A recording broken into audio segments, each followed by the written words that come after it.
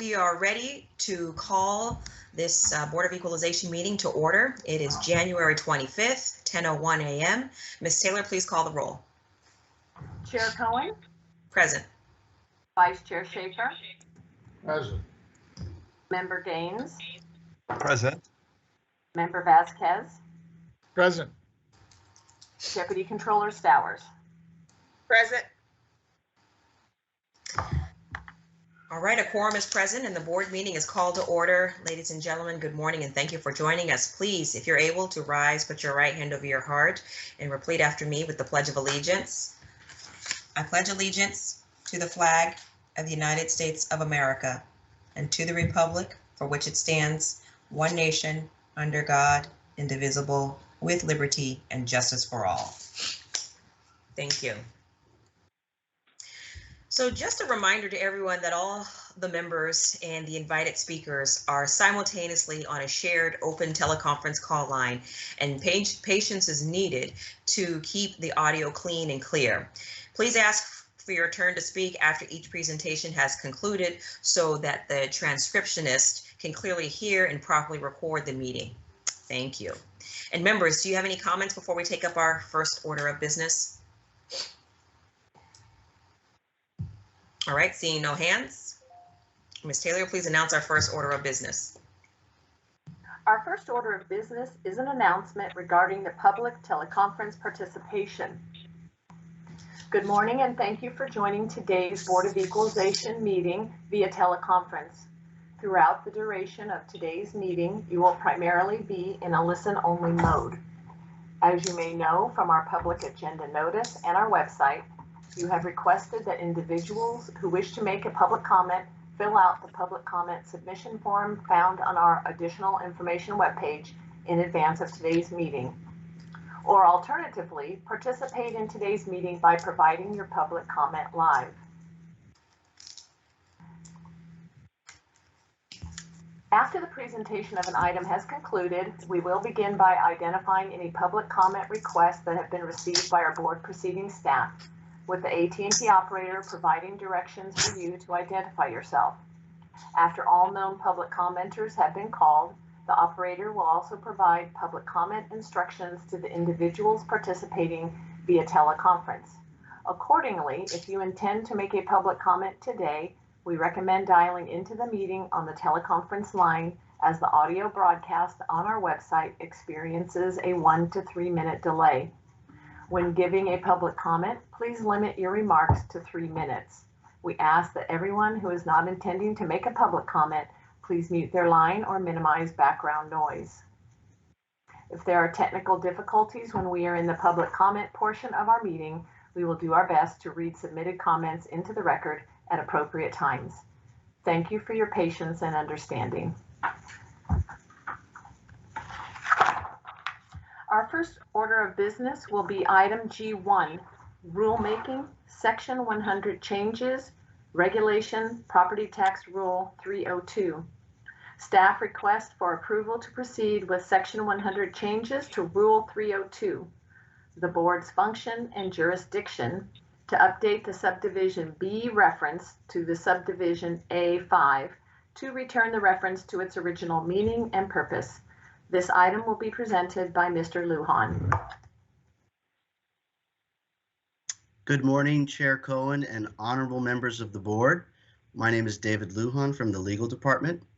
Today, for the board's consideration, we are recommending that the board adopt this proposed section 100 or non-substantive change to property tax rule 302. In 2020, rule 302 was amended to add a new subdivision A1, which caused 6 numerical subdivisions, A1 through A6, to be renumbered as subdivisions A2 through A7. At that time, a cross-reference within subdivision B should have been updated to account for the shift in subdivision numbers. Today's proposed amendment would fix this clerical oversight by updating the cross-reference in subdivision B to the correct subdivision, thereby returning the reference to its correct meaning and purpose. As this is not a substantive change or change to the rule, if the board adopts this proposed amendment, staff will file the rulemaking package directly with OAL to complete the change through what is referred to as a Section 100 change. Accordingly, we request that the board adopt the proposed amendment to Property Tax Rule 302. I'm available to answer any questions.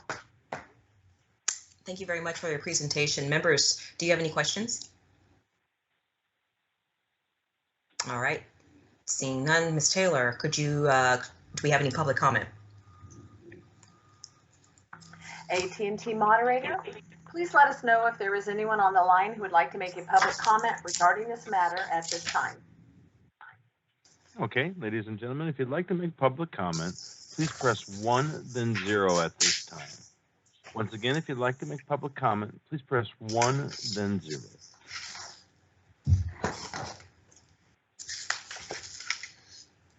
And allowing a few moments, we do not have anyone queued up. All right, thank you. So I'll make a recommendation that we vote to adopt the proposed recommendation to Tax Rule 302 under CCR Title I, Section 100. Second. Thank you very much. Ms. Taylor, please call the roll.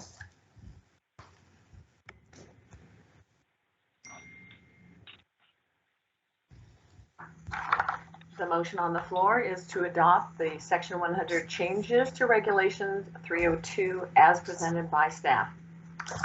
Chair Cohen. Aye. Vice Chair Schaefer. Aye. Member Gaines. Aye. Member Vasquez. Aye. Deputy Controller Stowers. Aye.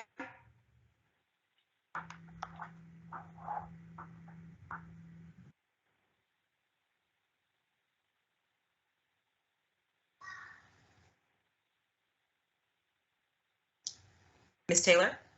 The motion passes. Okay, thank you. Great, thank you very much. Please call the next item. The next item is J1, Administrative Consent Agenda, Approval of the Board Meeting Minutes. The minutes of the December 14, 2021 meeting were attached to the public agenda notice for your consideration. Ms. Taylor, are there any, thank you, Ms. Taylor. Members, do you have any corrections or additions or edits to the minutes? All right, seeing none, members, would anyone like to make a motion to accept this item? So moved. All right, motion made by Gaines, by Vasquez. I'll second that motion. Let's call the vote. Let's call the roll. Oh, excuse me. Let's take public comment and then let's take public comment. Certainly. AT&T moderator, please let us know if there is anyone on the line who would like to make a public comment regarding this matter at this time.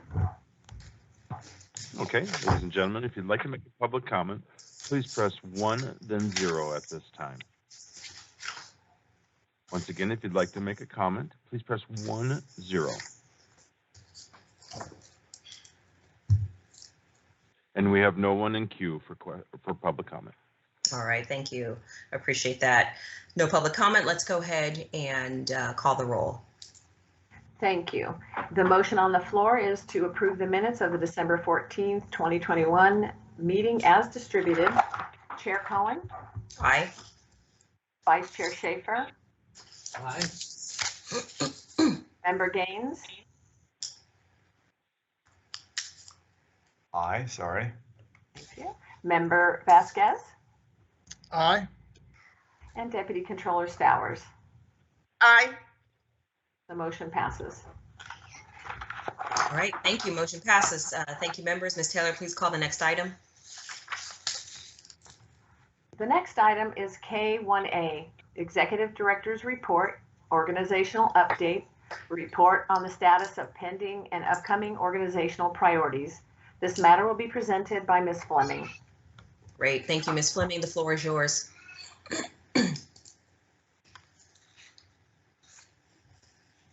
We need you to unmute. And remind me to order the t-shirts for all of us to unmute.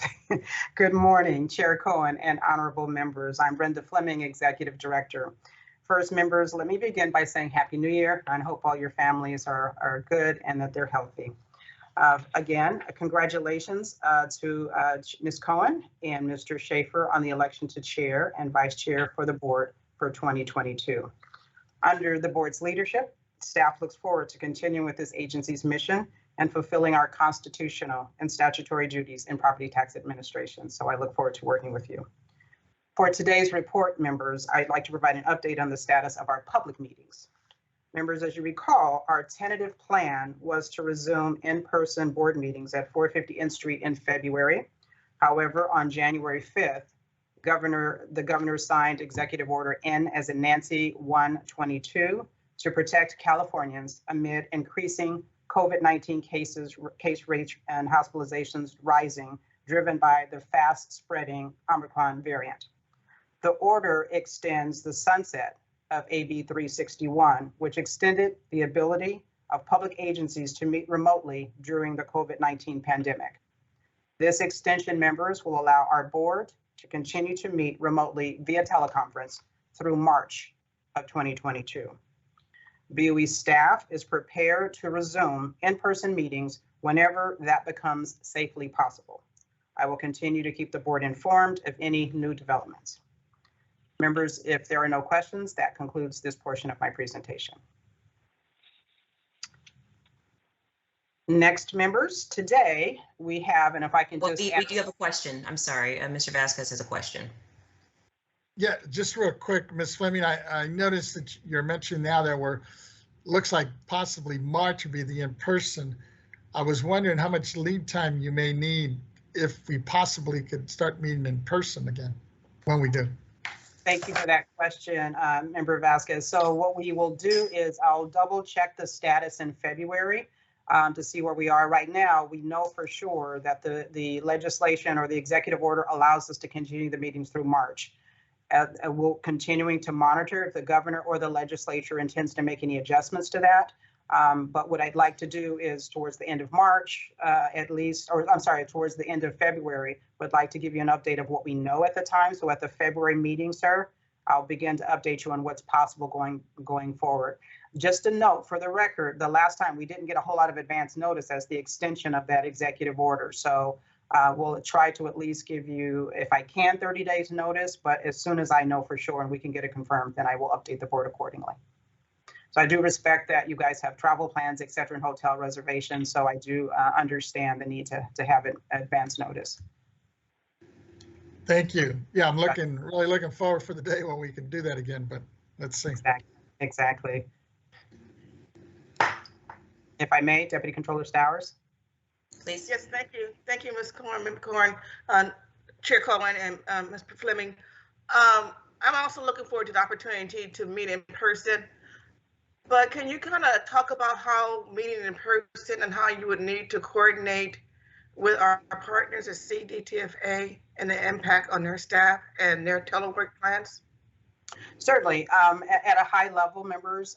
So as you know, we do partner with the California Department of Tax and Fee Administration to support the board meeting services, including whether they're telework or whether they're whether they're remote or in person.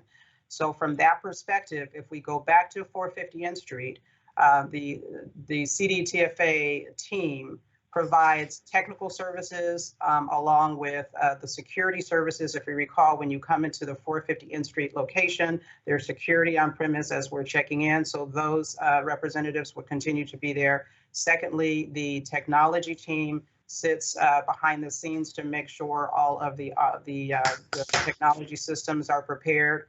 Third, the media services team, which supports our live stream, and that part of the audio visuals involved. So there are a number of people there. So and then some support, of course, by the Department of General Services, just in terms of the sanitation of the building. And then lastly, the California Highway Patrol provides part of our additional layer of security that we have, if you recall, CHP in the boardroom.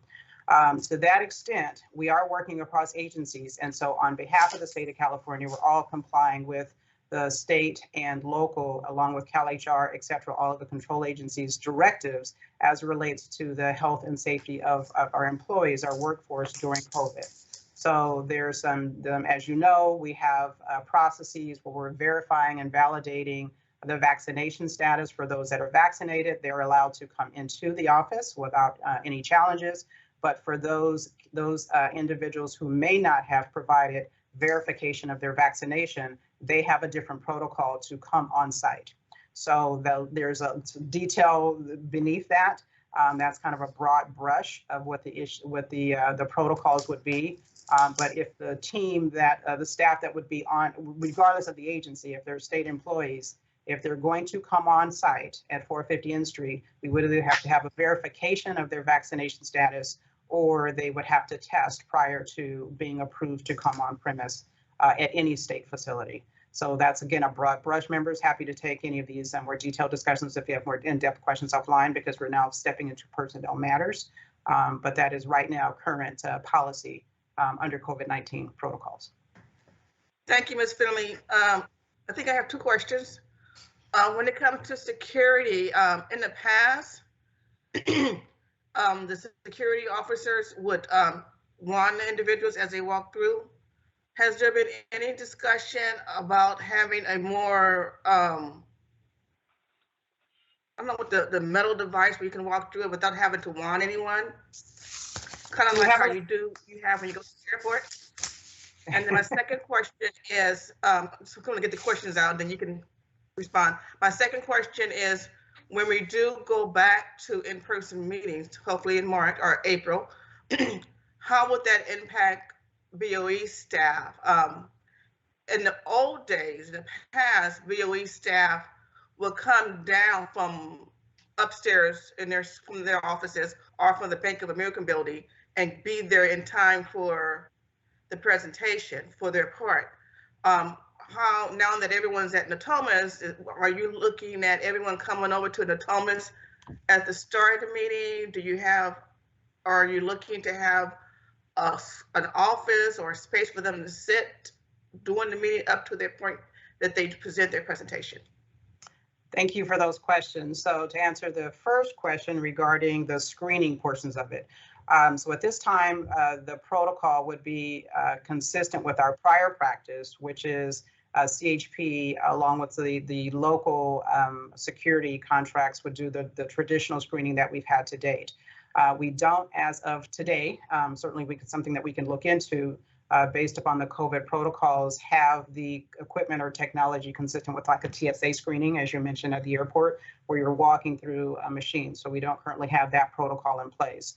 Certainly, I'll look into that detail to see what's available, but it would be a screening process consistent with what we've done before. To that degree, from a social distancing perspective, and we would do is ensure people are masked and take all the necessary protocols. But there may be some instances where the social distancing practices would just have to be handled, in that way. Now the issue becomes, in terms of the public access again. So we'll go through that, that detail. It would be some issues, and again, we'll come back and provide more formal information if the board wishes as to what the protocols would be for the public. But we still have to, at the end of the day, we have to adhere to the state of California and the local county guidelines for prevention of spread of COVID-19 and the variants. So we're prepared to do all that we can do with the current technology and practices. We are not anticipating at this point adding any additional layers that are, basically procurements. But I'll take a look and see if there's any other equipment anywhere else. But at this point, it would be our traditional practices. The second question, Deputy Controller Stowers, as it relates to BOE staff. Historically, members, as you know, when we were headquartered at 450 N Street, staff had more downtown localized offices. So at 450 N Street, for decades, we had offices on various floors within 450 N Street. And then under your leadership, when you started in 2019, our 450 N Street offices were on the 24th floor. So staff were able to, who are coming, especially the property tax staff, who came from our Natomas location, would come to the 450 location, and we had offices there, designated offices there, because that was our workspace. Not having that configuration any longer, since our now headquarters is at the Natomas location, what we would do is work with CDTFA to secure some other offices on the first floor at 450 N Street to use as temporary workspaces. So it would stretch us out a little bit differently, so the configuration would look differently than it has historically, because we would just basically be what we refer to as hoteling at the temporary offices on the first floor. So we are going to, and staff have got prepared to make sure that everyone has laptops, et cetera, and then they would then step into the boardroom during their presentations. And when they're not presenting, they would step out and go back into the hoteling spaces. That would help us to ensure social distancing and then give staff an opportunity to do some, whatever work they're able to do when they're in a hotel location. So it would be temporary facilities for the days of the board meetings. So it's a little bit different. It means we are kind of packing up all of our equipment and transferring it over. So there's some additional task, if you will, that we'd have to take into consideration. But again, staff are prepared to resume our meetings. Our responsibility is monthly meetings, as you know, and so we're prepared to ensure the success of those meetings. Thank you, Ms. Fleming. Thank you, Deputy Controller Stowers. Looks like Mr. Gaines has his hand up. Yeah, thank you, Chair Cohen. I also was curious and obviously want to try to meet in public as soon as we can.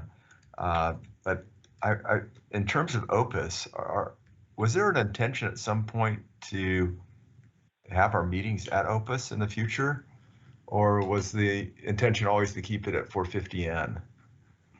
So, I'll answer it as a slightly different than that. So there was discussion when we were, as a part of our relocating to the Natomas facility, to consider if we could handle board meetings here. The facility is not conducive to it. The layers of security, et cetera, and the technology had some cost, challenges. And so the agreement was we would continue at 450 N Street for as long as that boardroom was intact. Yes. At the secondary level, to answer your question, as a secondary level, over time, we are also looking into and beginning to examine alternative sites once or if the 450 N Street boardroom is no longer intact. Yes. The issue is, for everyone's edification, the issue is that the California Department of Tax and Fee Administration has plans to relocate to a different facility in a little bit closer to us, actually, in Richards Boulevard. So that plan for a state office relocation moves them out of that building. What is unknown to us at this time is the exact plan for the 450 N Street facility once CDTFA has moved out. To the extent that it continues to be a state building, and the boardroom was available to us, we certainly could take advantage of it. But to the extent that that building is repurposed for whatever reason, we would be looking at some other facilities. Members, for your edification, there are a number of other facilities that host regular public meetings, both at a state level and then also at a local government level. So there are facilities that we have on our list, identified as a list as some possible alternatives. So we're doing our preliminary work on it to determine what that is. We haven't done the detailed work because there's time, a little bit too early to make any commitments and any handshakes other than to do the preliminary research to ensure the options are available. Yeah, thank you very much. And there's always cost consideration too. So to the degree that we can do it efficiently, I'm always in favor of that. And status quo, I think, is probably the most cost-effective pathway, at least in the short term. Yeah, and just if I may offer this, so the advancement of if there's a silver lining in COVID, the silver lining with the remote and the telework process has allowed us to leverage technology differently. So in the prior version of board meetings, the technology that supported our board meetings for the sake of live streaming and the technology under the hood, if you will, was a lot more complex and a little bit more antiquated. And not quite as mobile. And so the infrastructure that we'd have to have in place to support these meetings was a little bit more dense. Under current times, the technology is a lot more mobile. And so we do have some new considerations because it's just a lot easier to sort of, pack up our meetings and move to different locations and still provide the same courtesies and functions. So the technology's matured since those original plans. So I'm optimistic about what the possibilities are. Yeah, the pandemic's changed our culture technologically, hasn't it? Technologically. I mean, you look at how people are moving to different communities all over the country if they can work remotely. It's just amazing. Yeah, technology is just it's really offering some a lot of flexibility for sure, but new opportunities about how we can ensure continuity of government. Great, thank you. Take care. Thank you. I'm listening to this discussion and I'm reminded that we made a similar argument in relationship to our office, right? We wanted our location to be close to the Capitol, because I think proximity matters. And in terms of just concentrated, even when you think about people coming to Sacramento to interface with other elected officials, as well as maybe some of the agencies, it's in their best interest that we are not spread out all over Sacramento, but also kind of, if we can get densely populated, it's just, I think, a little bit of a tighter, more cohesive way to present state government. And so these are similar conversations and arguments that I'm hearing from when we were dealing with this with our own individual offices. So I assume you're going to just keep us up to date as the conversations continue to mature. In fact, yeah, absolutely. And your point is well taken and right on point. The reason for our focus and our push to make sure that we had your downtown offices close proximity was because of the partnership as constitutional officers, your partnerships and your collaborations with the legislature, et cetera, and a lot of other, sometimes when we have other presenters, et cetera, oftentimes just the proximity makes it a lot easier. So the intent would be to try to maintain our boardroom in close proximity. Again, there are other state agencies that have some facilities. So all of that has been taken into consideration. And again, as we approach it as closer, we'll continue to give you updates to make sure you're fully informed and a part of the decision process. So thank you, members. If there's no other questions on that topic, I'll continue with my updates. Thank you for your questions, members. Next, members, and if I can have board proceedings. Oh, good morning. Say hi. Good morning. She's like, it's a little too early, I need coffee. Good morning, Pumpkin. So next, members, today we have the pleasure of a guest speaker, a guest presenter. And if I can ask board proceedings to assist Ms. Arnold with being prepared to log on. Members, today we have joining us Ms. Tracy Arnold, who's the Chief Deputy Cabinet Secretary of the Office of Governor Gavin Newsom. And Ms. Arnold is here, as noted on our agenda, to present to us today an overview of the governor's proposed budget for fiscal year 2022-2023. I'm appreciative of her time today, and really I'm looking forward to hearing her presentation. And if I may, I'm just looking to see if Ms. Arnold is logged on for proceedings. She has not logged on yet. I just sent her a reminder. Okay. So members, it looks like Ms. Arnold is not quite dialed in yet, so board proceedings will get her queued up. And if with your permission, Madam Chair, I will move to my next item, which is going to be K1C, which is California redistricting. So if I can queue that up with your permission, and then we'll try to get Ms. Arnold on the line. Members, at this time, just making a quick adjustment with your permission. At this time, I'll briefly address the agenda item related to the redistricting process. The board agenda would make the board agenda previously indicated that someone from the Secretary of State's office would make the presentation. However, the Secretary of State's office informed us that a representative from the California Citizens Redistricting Commission would be more appropriate. Due to some timing issues, they were not available, so I'll just provide a brief overview for your edification. Members, as you know, after the completion of the decennial census, California is required to redraw the boundaries of its congressional, state senate, state assembly, and state board of equalization districts to accurately reflect the state's population. In 2008, the California voters authorized the creation of a commission to draw new district lines. The California Citizens Redistricting Commission, which is a 14-member commission made up of 5 Democrats, 5 Republicans, and 4 not affiliated with either of the parties, certified the maps on December 26, 2021, and transmitted the maps to the Secretary of State on December 7th of last year.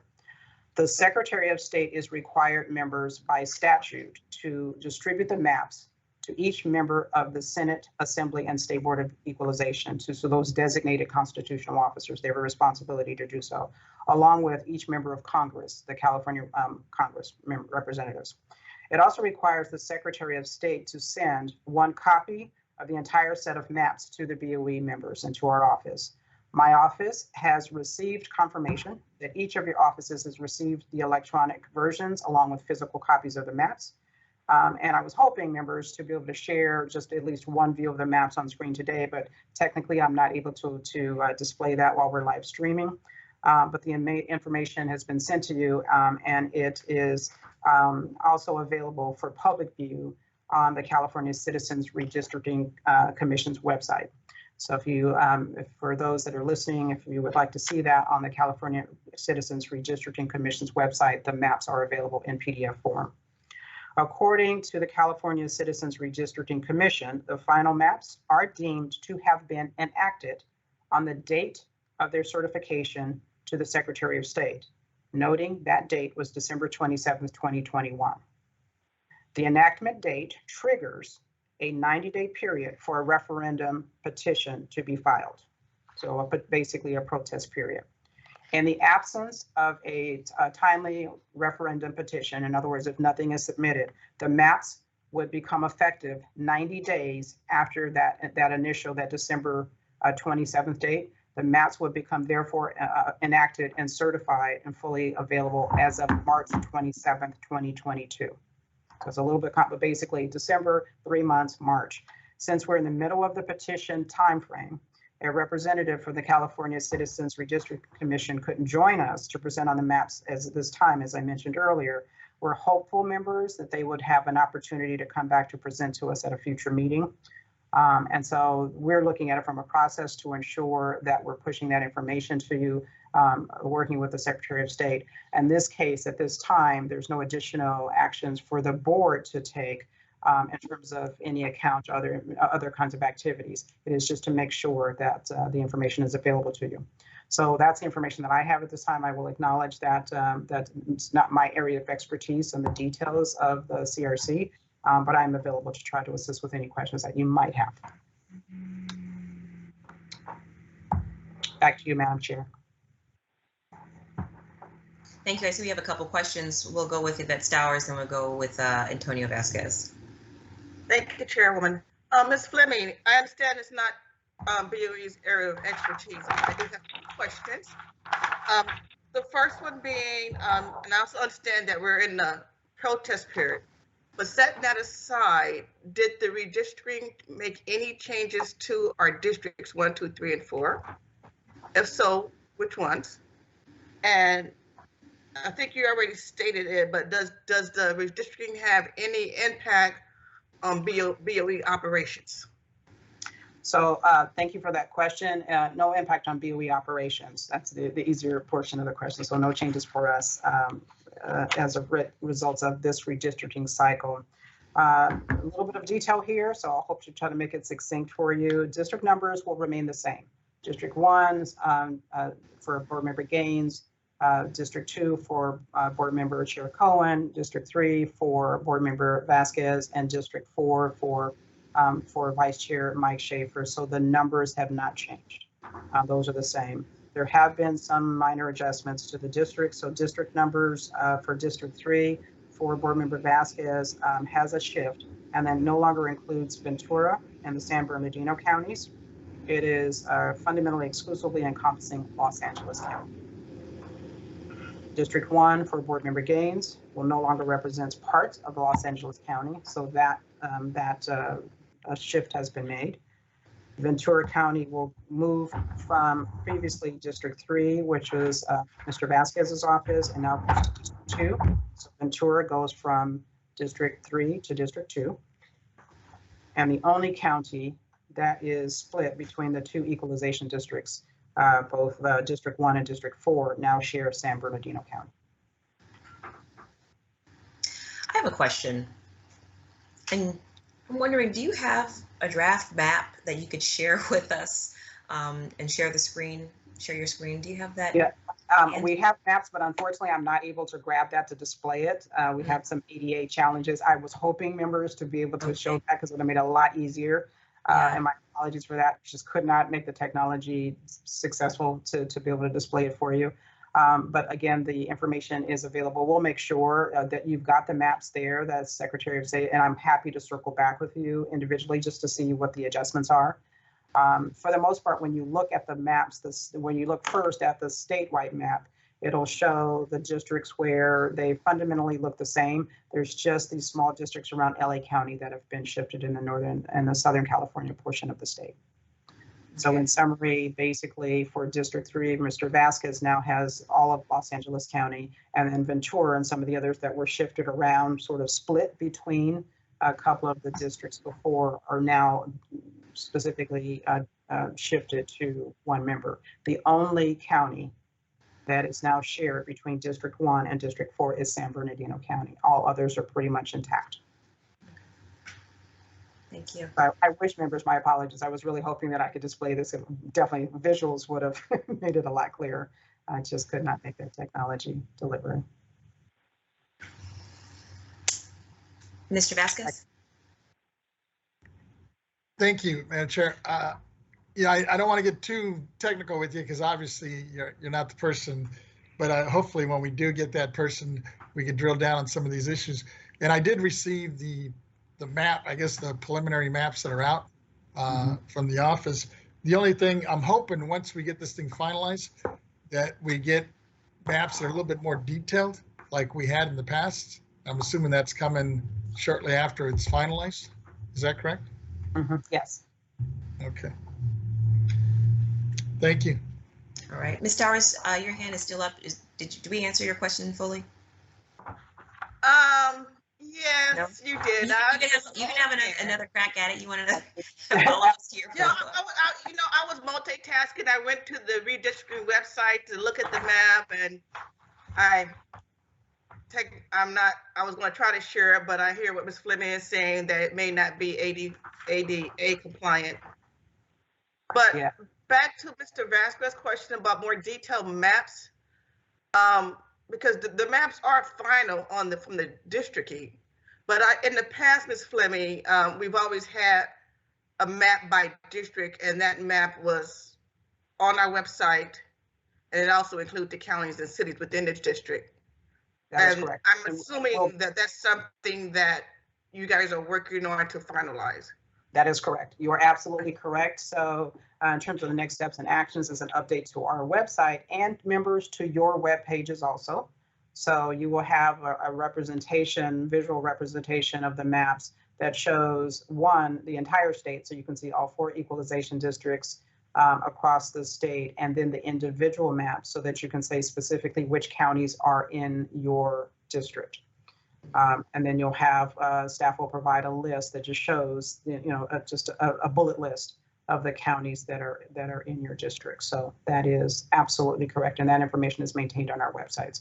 The issue is I could pull it up on the screen to show you in this circle. The issue is when I'm streaming it to the public for a part of this public meeting, I can't guarantee that ADA compliance is there. And so in order to make sure that we are in compliance with ADA and Bagley-Keene, we do want to make sure of that. So when are these maps going to take effect? So in terms of the actual effective date of it, the maps, and this is, again, I'm just going from my notes, so this is not my area of expertise, but the maps in the new district boundaries don't become operative until the completion of the 2022 primary, which is June of 2022, and the general election, which is, of course, November of 2022. For practical purposes, and just to distill it down, you're using it for the elections activities, but clearly, in terms of, taking office for 2023, at the beginning of 2023 is when those are the actual districts that you're officially representing. So they're useful, and from an operative perspective, useful for the general and the primary and the general election. And then in terms of actually representing that constituency would be 2023. Thank you. But to your point, Madam Chair, I think those that are actually after March, they're technically our districts, because those are the people that are actually going to be voting for you. So for example, in my primary in June, people in Ventura won't be voting for me. That is correct. So that's the issue of the being operative. So in terms of election cycles, primary and the general election, both June and November, the voters are using that for this election cycle. That is correct. In terms of fully representing those constituents, because remember, if you're running for the election, that office becomes effective in January of 2023. Right. So for the remainder of 2022, you're still representing even though you're running for the position next, the current constituency is who you're representing today. In January, you have that additional group. So hopefully that clarifies. You're correct. Ms. Fleming, Ms. Stowers here. As far as operations, I believe you said that there were some minor shifts where Ventura is now part of District 2 and San Bernardino is part of District 1 and 4, and District 1 no longer have any parts of LA County. Does that have an impact on the district offices that the members have? And if so, can you elaborate? So if I may, there is one office that we would have to revisit because of the LA County, the shift between District 1 and District 3. There is one of our field offices, our district offices in the Lancaster area that has been impacted. And so I'm not prepared to go through the details with you today, but there is one office that we'll have to take a look at. And that's just an office. Employees or civil servants. So regardless of a shift in the office, the employees still have a job with the state of California. Oh, absolutely. It has nothing to do with state employees. Absolutely. Yeah, let's make sure we're keeping those. Just make it clear that employees, you still have a job. Yeah, it says, so just for the record, this is not a state of California personnel matter at all. Right? Any shifts or adjustments don't have any impact whatsoever on anyone's, any rank and file or anyone else's employment status. Absolutely not. Thank you, Mr. Gaines. Mr. Gaines. Oh, great. Thanks, Chair Cohen. I just think it's curious because we're still in the protest period, and I think that continues through the third week in June, but our primary is in the first Tuesday of June. So it's feasible that we could be campaigning in the wrong parts of our district. It could be challenged through the election process. So just if I may, so the protest period goes through March. So, and the primary is June, okay. Right? So it's a 90-day period from end of December to the end of March. That is the petition period, the protest period. When you get to the end of March, if there's nothing submitted, no protest. I'm speaking in just kind of layman's terms. There's no protest during that period. Then those they're currently outlined equalization districts would remain. Then you're followed 3 months later, going from March to June. Then your primary, not quite 3 months, but from March to June, your primary election would be in June. So by the time you're going to the election, so the redistricting commission understands the dynamics there. This is a part of what they do, but yes. Okay, could affect candidates. So that's outside my area of if you had a candidate file against you and the district lines change, that person may not be in the district any longer. So members, if I may, that happening is like 1 in a billion probably, but yeah. All right, thank you. So thank you. So members, if I may, I just want to be cautious about us shifting the conversation into another dimension of the redistricting issues as it relates to BOE's operations. Nothing changes for us, and we'll make sure that offices and everyone's intact and the information is provided for you as it relates to the election cycles. Respectfully, members, I'll, with the permission of Madam Chair, we'll. Yeah, absolutely. Absolutely. Those things that are under our jurisdiction. Mr. Schaefer has a question. Hi, thank you. When I first ran for the board against Ernest Cronenberg decades ago, I had 9 counties, and today I have 4 counties. I guess as the state grows, our counties, some of our counties get larger.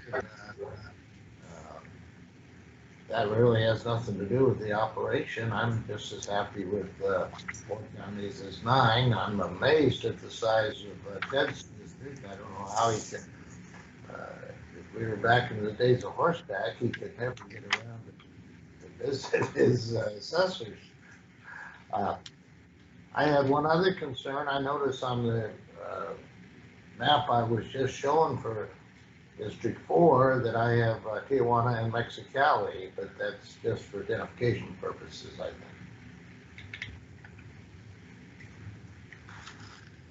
Okay, thank you.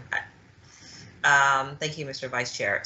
Any other questions for this, Ms. Fleming? All right, I see that we have our next presenter has joined us. If I may, yes. Absolutely, please continue. Thank you, ma'am. So members, I'm glad, and I just saw a peek of Ms. Arnold, so I'm glad to have that Ms. Arnold can join us, and I will just restate for the record, Ms. Tracy Arnold is joining us today. Hi, Ms. Arnold is Chief Deputy Cabinet Secretary for Governor Newsom's office, and Ms. Arnold will provide an overview of the governor's proposed budget for fiscal year 2022-2023.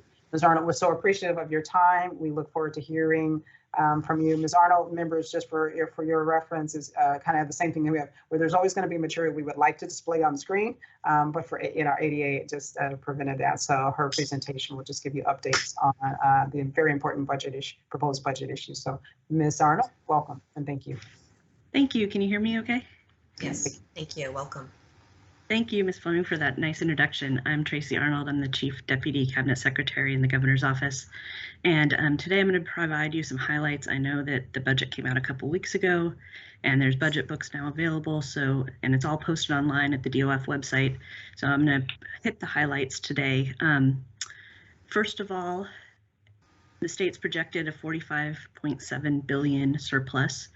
So this budget is a $286.4 billion balanced budget that includes $213.1 billion in general fund spending.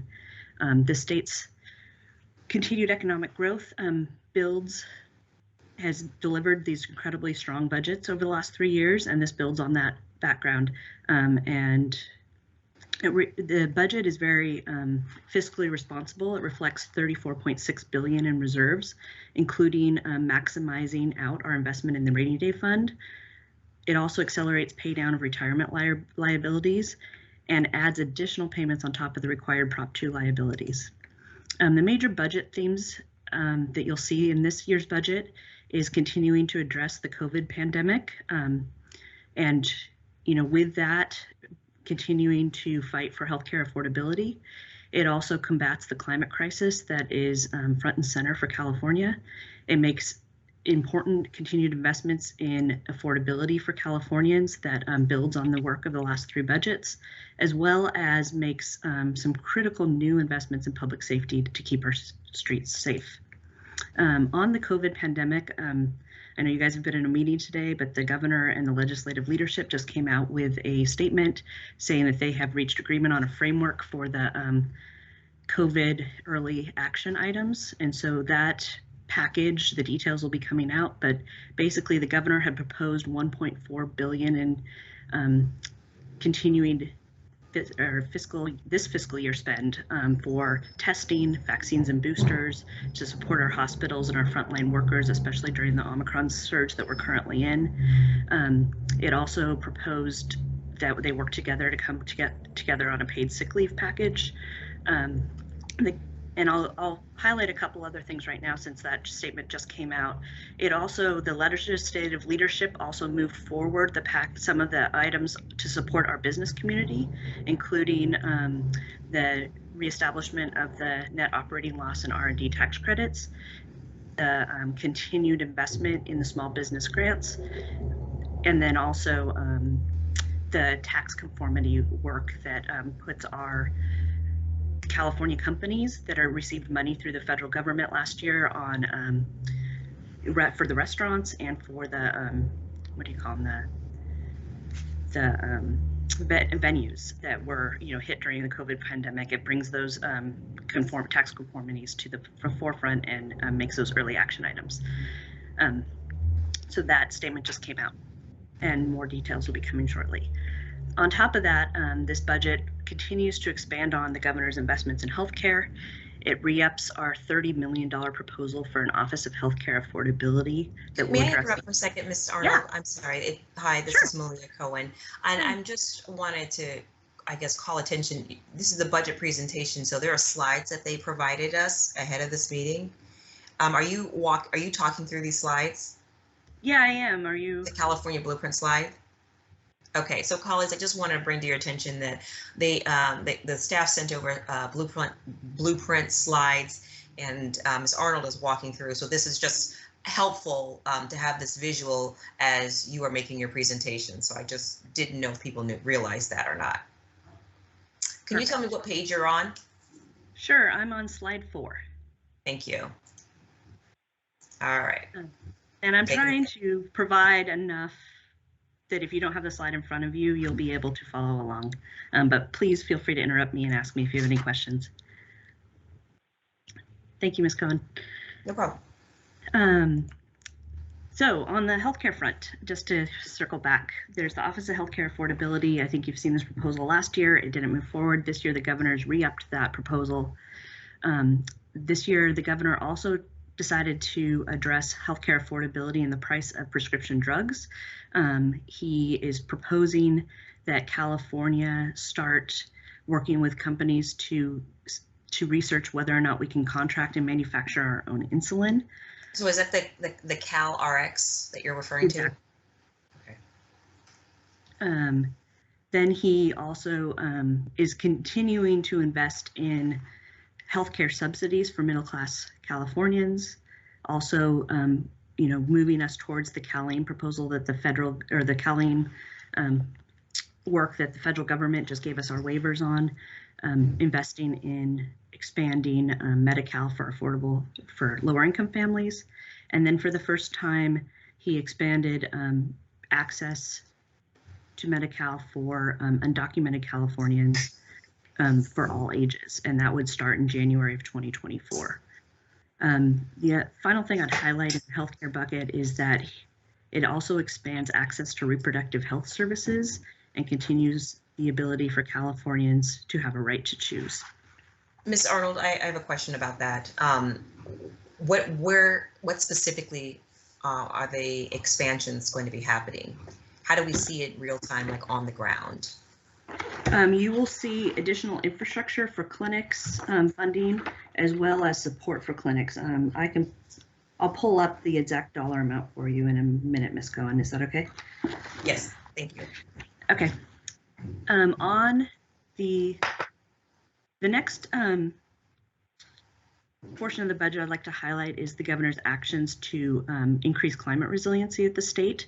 As you know, last year's budget invested $15 billion in climate. This budget integrates our climate, our equity, and our economic opportunity, and it really, for the first time, addresses climate across the entire state and makes investments to that end. So first, it leans in on the issues at hand, which are wildfires, drought, and extreme heat, and adds an additional $1.2 billion for wildfires, including expanding the Forest Resilience Action Plan and adding new firefighting technology and firefighters. On the drought front, last year we put $5.2 billion in the budget. This year's budget, we added $750 million for immediate drought support, and this is to deal with, the immediate need of potential wells going dry, so providing drinking water, water conservation and efficiency for small farmers, and kind of bridging to making sure that last year's budget investments are implemented. Then then it also includes money for the first time in extreme heat, and those programs will be developed. On the climate front, we're very aware that we need to meet our climate goals in the state, so the governor continues to double down on the investments in zero emission vehicle technology with an additional $6.1 billion over 5 years. With last year's budget investment, that puts us at about a $10 billion investment in clean cars and trucks. This funding will build additional ZEV infrastructure. It also will help replace some of the heavy-duty trucks. It also creates programs to help lower-income Californians and move to electric vehicles, and it also allows for some R&D and moves to capture some emerging opportunities in that front. On the clean energy front, this budget has $2 billion in general fund over the next 2 years to provide incentives for long duration storage projects. It also, the governor is investing in building and helping to decarbonize our buildings, both in community and in at the state level. The decarb for building in disadvantaged communities and improvements will be critical to helping us meet our clean energy targets. The funding also includes some new money to facilitate offshore wind in the Central Coast, and it makes investments in resources in the Lithium Valley, which is the Salton Sea and area, trying to allow us to take advantage of our resources there. On, you know, how I mentioned that the budget kind of has climate across the board, so stuff that might be less front and center on the climate plan is that it makes several investments in climate workforce, where it actually creates funds, builds on the work we did last year with SURF, which, you know, funded regional strategies for transition. This year it also provides $450 million for local government transition, for the local governments that are most impacted by the transition away from oil. It also creates a $215 million workforce project that funds both capping of oil wells and training of workers to do that work.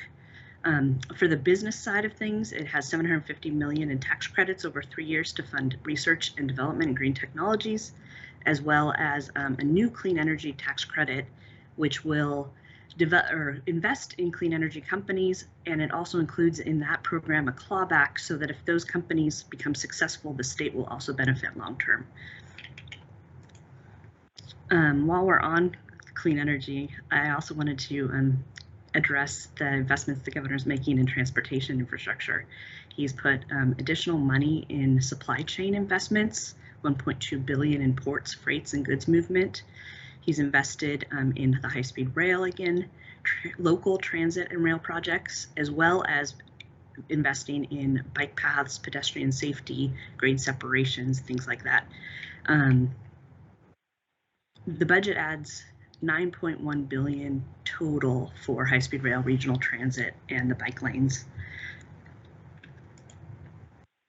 Switching to affordability, the governor continues to make investments in housing, homelessness, our business community, our education system, including childcare. It builds on the $10.3 billion in housing investments made last year and adds additional money to accelerate affordable housing in downtown infill areas. It expands the low-income housing tax credits by an additional $500 million, and it increases the affordable housing options to help local governments meet their housing goals. That's $500 million for local governments. With housing, as you know, this is also addressing our homelessness problem. So last year, the state invested $12 billion in homeless support services. This year, it creates an additional, or it added an additional $2 billion to those efforts. All that money is starting to go out the door now, as you know. In total, it will create 55,000 new homes and treatment beds to help people get off the street, as well as focusing on the wraparound services, including behavioral health and mental health services. Also makes connections to Cal-AIM Medi-Cal. There's significant increases also this year being made in clearing homeless encampments. Last year, the governor put $50 million in the budget. This year, he does that 10 times with a $500 million investment. On the business front, California, as you know, is home to many innovative companies, and the governor wants to continue to incentivize those companies here. So to that, he's re-ups our expanded efforts in CalCompete tax credits and grants. He proposes paying down the unemployment insurance debt to help employers and the state. He also restores, like I said, the net operating loss and the R&D tax credit. There's the new climate tax credits.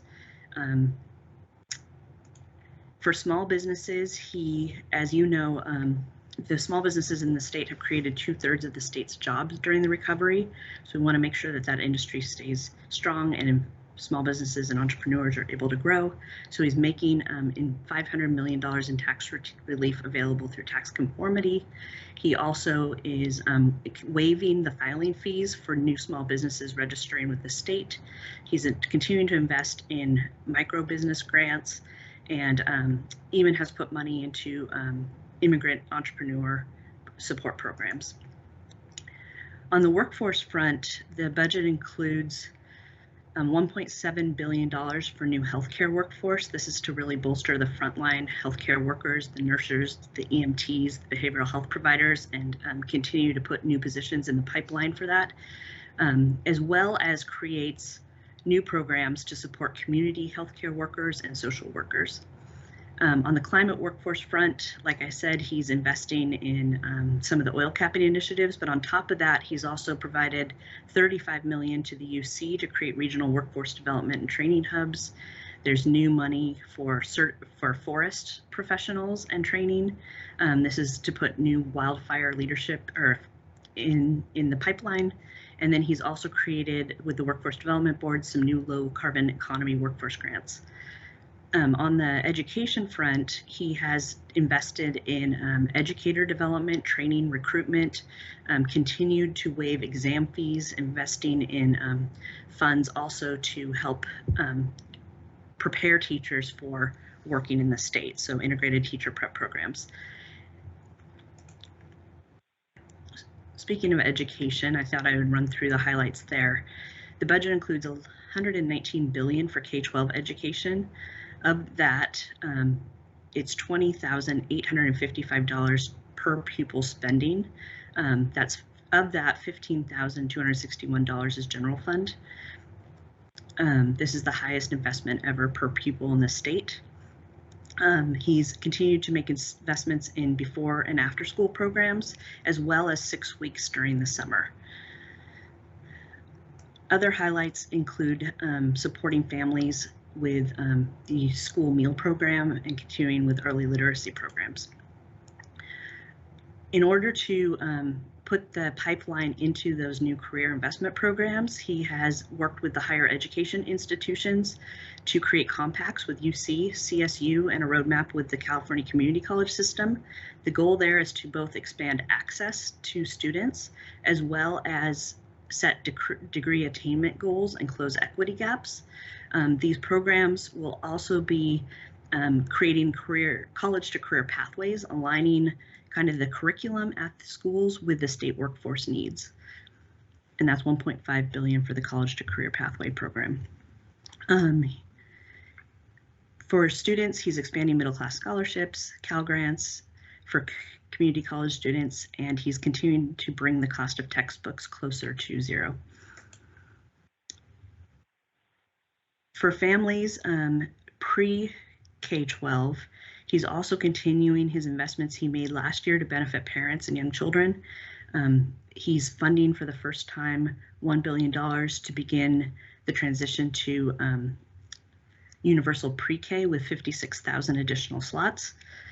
He's increasing dual language support for families that are, speak more than one language. He is also supporting new childcare slots. There's going to be 36,000 slots on top of the 100,000 slots this year, with the goal of getting to 200,000 slots by fiscal year 25-26. He has also put money in to expand the Young Child Tax Credit that was established in 2019, so that families that file tax returns without income this year for the first time will also be eligible for that $1,000 low-income family tax credit. And as well, he is reducing Medi-Cal payments for pregnant women, children, and those above the income threshold that were having to pay their own premiums. He's eliminated that. As well as helping families receive voluntary home visiting for Black infant health supports. And then finally, I wanted to highlight the governor's investments in public safety. This year, the governor has put $285 million over 3 years to bolster local law enforcement response to organized retail theft, crime, and to assist local prosecutors to hold perpetrators accountable. He is funding new smash and grab enforcement units, funding for local law enforcement to crack down on perpetrators. He's also funding more patrols. In addition, I wanted to flag that the governor included $20 million in the budget for small businesses that are impacted by smash and grabs, so supporting the business side as well. And then he also, in addition, is investing in getting guns off the street. He has put $25 million for matching grant programs for local governments to buy back guns. And he put $20 million for a drug interdiction program at the California-Mexico border. And then in addition to this, and a good complement is the investments he's making in safe and beautiful public spaces. He expanded the Clean California program, which is cleaning up areas of the state that, you know, like you saw him down in LA this last week, cleaning up the railroad tracks, that, and as well as funding new beautification projects with cultural and art installations. He's funded a local grant program through the state parks to put, to work with local communities in installing art installations in state parks. He's continuing his funding in outdoor access for all and increasing the accessibility of our parks. Those are the big highlights. I wanted to hit on those 4 big themes of, you know, continuing to fight for COVID and invest in healthcare, combating the climate crisis, making sure California is affordable for Californians, and then new investments in public safety. And I'm happy to take questions.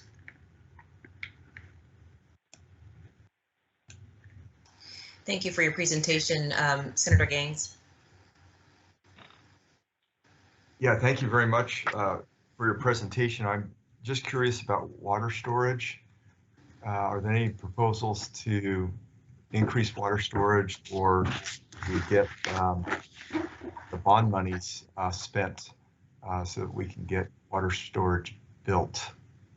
There, this year, the investment in water in drought was $750 million. Last year's budget in the $5.2 billion that we invested in drought does have water storage projects in that, and we're doing everything we can to make sure that those projects are on time. As you know, Prop 1 also invested in water storage, and we're watching that very closely. Yeah, so is there anything happening with sites? Because, man, I voted for that bond initiative, what, 7 or 8 years ago, and I haven't seen any movement, and here we are in the middle of a drought. I know that they are working on sites. I think this week, if I recall correctly, the comments are due back on their EIR, EIS, and the state will be making comments on that. So sites is in track to move forward. I think also the commission voted to move that project forward a couple weeks ago. So definitely still moving. No new investments in this year's budget in sites. Okay. Do you have any sense on the timeline for breaking ground on sites? I would need to look, but I know that that there's a really great timeline on the website. I can definitely circle back and make sure you have that information. That'd be helpful. Just to, it's got to be a priority. I mean, we're right in the middle of it, and that would just be so helpful in terms of providing relief for Californians on the water issue. So, thank you for your presentation. No problem. Thank you. All right, Vice Chair Mike Schaefer. Mr. Arnold, I very much enjoyed your presentation. It was very thorough and appeals to our eyes as well as our ears. I understand that the state is providing the lunches without cost to our students. Is that part of our education program today? I know when I was a grammar school kid, junior high school, I paid 35 cents for lunch every day, and I was by my elementary school where I live 2 blocks away, and I find it's all free, and I think that's a big plus because a pittance of a cost to be expected of some family may be nothing to students from La Jolla, but it may be everything from students in other parts of the city, and I'm glad to see the state and the city and county see that it may be the only good meal that some of these kids are getting. You are absolutely correct. This budget does fund universal free school meals across the board. Thank you very much. Ms. Towers? Thought I was going to be last. Thank you. Oh. Thank you, Ms. Arnold, for your presentation. From a tax perspective, because I'm a tax geek, I kind of want to highlight some of the other tax proposals. You already talked about the young child tax credit, that expansion, so that a parent can qualify for this credit even if they don't have earned income. Appreciate that proposal. Another one that the controller is champion is the foster care youth credit. Members, this credit would be another $1,000, and it would really, it's just targeting those individuals who were in foster care at the age of 13, and they remain in foster care until they term out at the age of 18. And this credit is recognizing that a lot of these individuals who are in our foster care system, they tend to have a hard time adjusting. They tend to have low income. So this credit is just to help them out of poverty so they can be successful. So we thank the governor for that proposal. We also like the tax payment flexibility proposal. It's kind of COVID related, recognizing that over the past 2 years now, that some individuals just have not been able to pay their income tax, but I'm a tax geek, but they haven't been able to pay their personal income tax. So the proposal is to provide them some flexibility to pay the tax without penalties and interest. Again, appreciate that proposal. And then I think we all can appreciate the gasoline tax proposal, which basically would, if adopted, would mean that the scheduled increase on the gasoline tax for July 2022 would not take place. So I just kind of want to highlight those. And then the controller, she is very encouraged that the governor continues to invest in California budget surplus and its people and its natural resources while working to retire unfunded liabilities that threatens to weigh down our economy in the long term. California continues its efforts to ensure its people are housed and receiving critical services. We are working to conserve our lands, our waters, while properly managing our forests to protect communities in the face of climate-driven wildfires. California has weathered what has been a devastating blow to our economy and continue its growth. What we need now is strong accountability for this record spending. Californians deserve and should expect to see measurable results from these investments as they apply to the crisis of homelessness, climate mitigation, and other critical areas. But again, Ms. Arnold, thank you very much for your presentation and your time. Thank you for those comments. Mr. Vasquez? Thank you, Madam Chair. Ms. Tracy, thank you for your comments. And I know you just kind of glossed over some of these issues, but I was wondering on some of the specific ones, especially on the affordable housing front. You know, I think one of the things that I'm hoping the governor is really looking at is addressing the true affordable housing piece, because, you know, people are saying, you know, we obviously have a crisis on housing, but I don't think it's just regular market rate housing. The crisis is really in true affordable housing.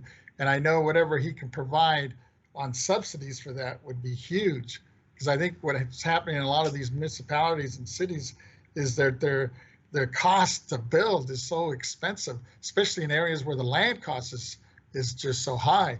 And whatever the governor could do, especially with the surplus, to assist or subsidize that would be huge. And then on education, you were talking, I was glad to hear you mention that he's going to increase the amount of spending per pupil, which is huge, I think, for a lot of the education institutions. And whatever he can do to kind of zero in on those early ages, because I think what happens is that we're not doing enough, you know, from that pre-K, K up until third grade, because by third grade, if a child is behind in reading, the chances of him coming up is very slim. And I think the way you make a huge impact is if you put some of that funding into making those ratios, pupil to teacher a lot smaller in those early ages. And that would take obviously funding to do that. At the higher education level, we finally built a new UC campus, Merced, but it's not fully built out. It doesn't have a medical school. It doesn't have a law school. And we're sitting on billions of dollars in surplus. They should put that money into making that a full-blown UC campus. And the irony of it is Merced, it probably accommodates, the majority of the people, students of color usually end up in UC Merced, yet it's like a second-rate university. So I think you need to look at that a little bit stronger. And in terms of businesses, I think you touched on it a little bit. I think whatever we can do to help, especially I'm thinking a lot of the small mom and pop restaurants that, were devastated by this pandemic. In my area, I know a lot of the restaurants that are closing are the ones where they don't own the land. Those that are renting and leasing the property, they're not going to survive after this pandemic. Many of them have already closed, but those that are hanging in there, they're not going to make it through the pandemic because they have no control over their leases or their rents on those properties. And I think the governor really needs to take a look at some of the surplus and see what he could do to make sure those folks survive. Thank you. Thank you. On the affordable housing, just real quick, he did put $500 million to create new affordable housing, and $500 million to support and bolster local efforts to permit that housing and get it built.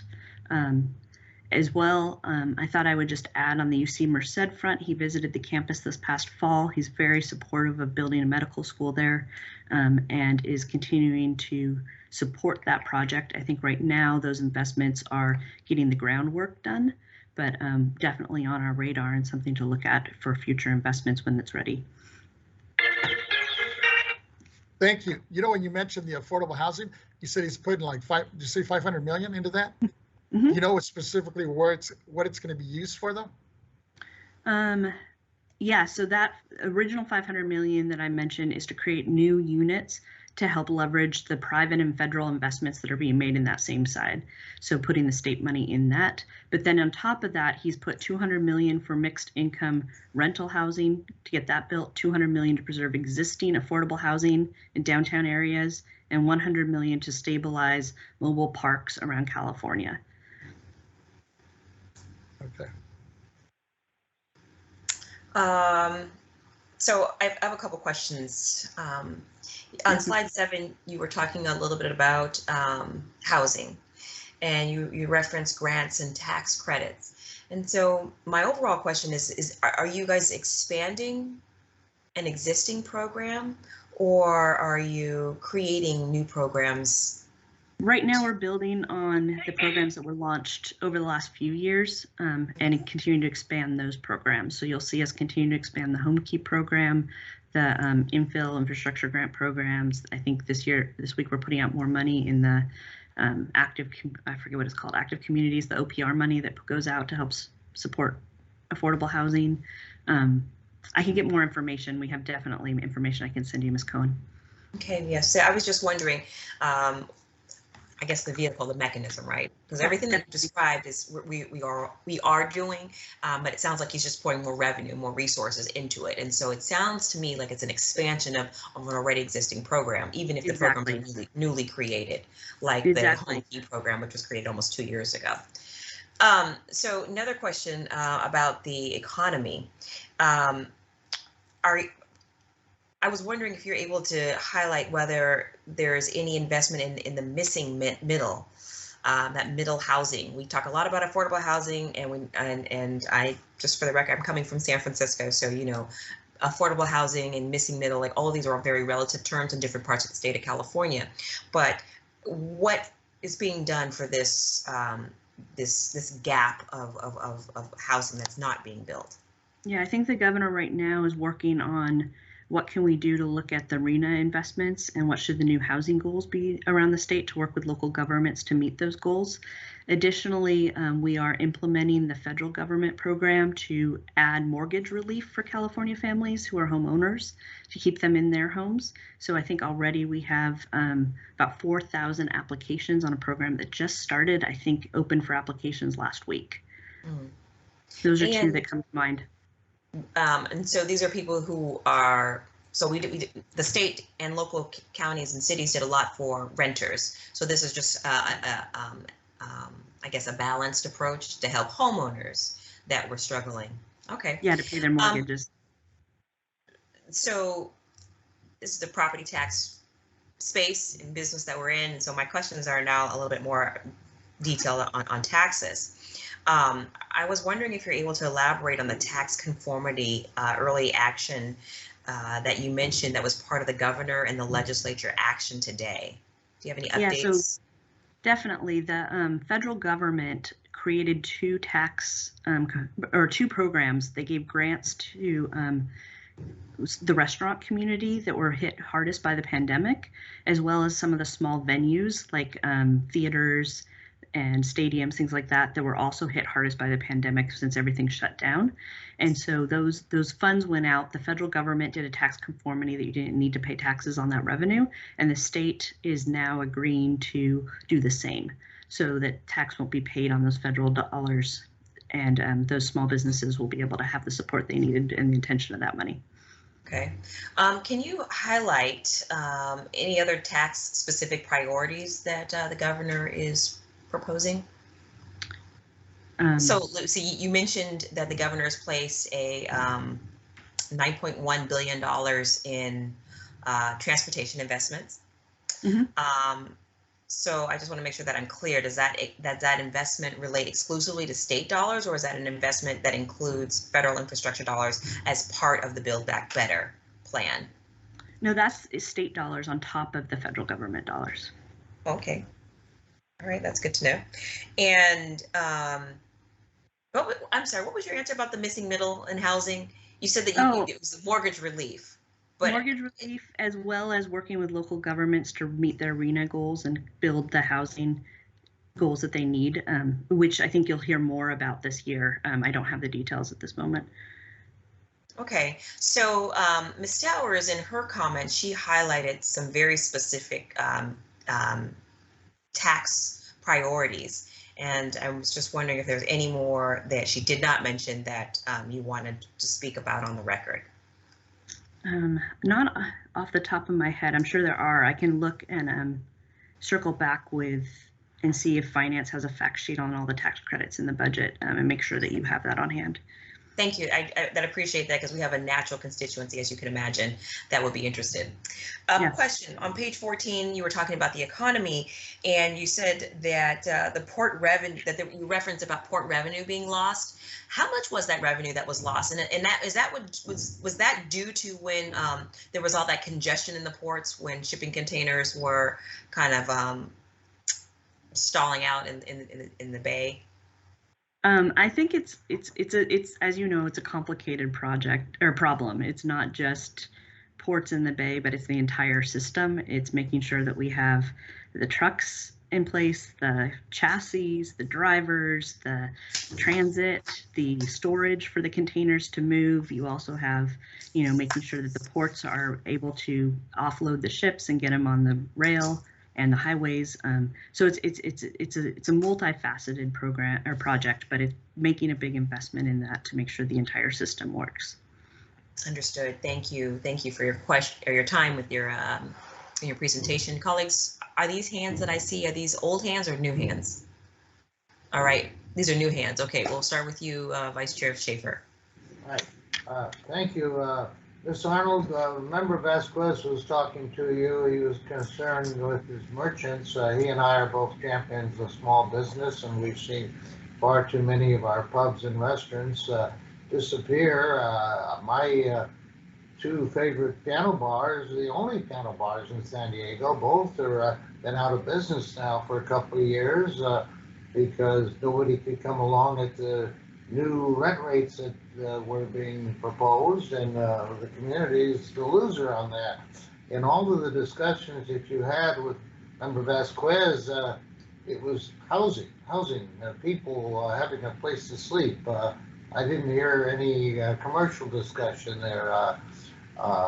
Is there funds that the businessman can access, or does the governors have some kind of troubleshooter that might meet with some of these greedy landlords and let them know that they're risking years of vacancy if they notch up the rent 25%, and that it would be better for the state, better for the landlord, better for the tenant, better for the community to support the business continuing for another 5 or 10 years until we can all get this behind us.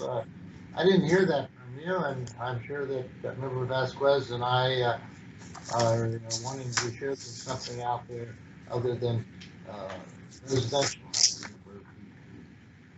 The budget does add an additional $150 million in the small business relief grants, and that's money to put, cash in businesses' pockets to help them with some of those expenses.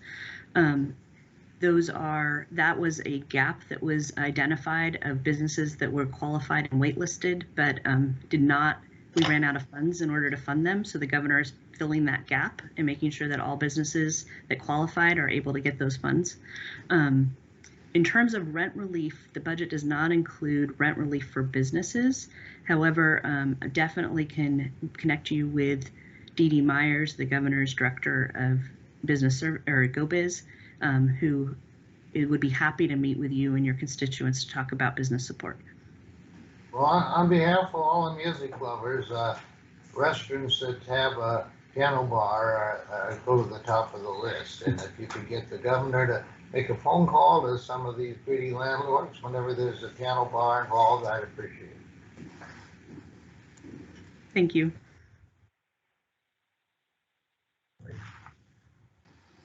Madam Chair, could I ask a question? Yes, Mr. Gaines?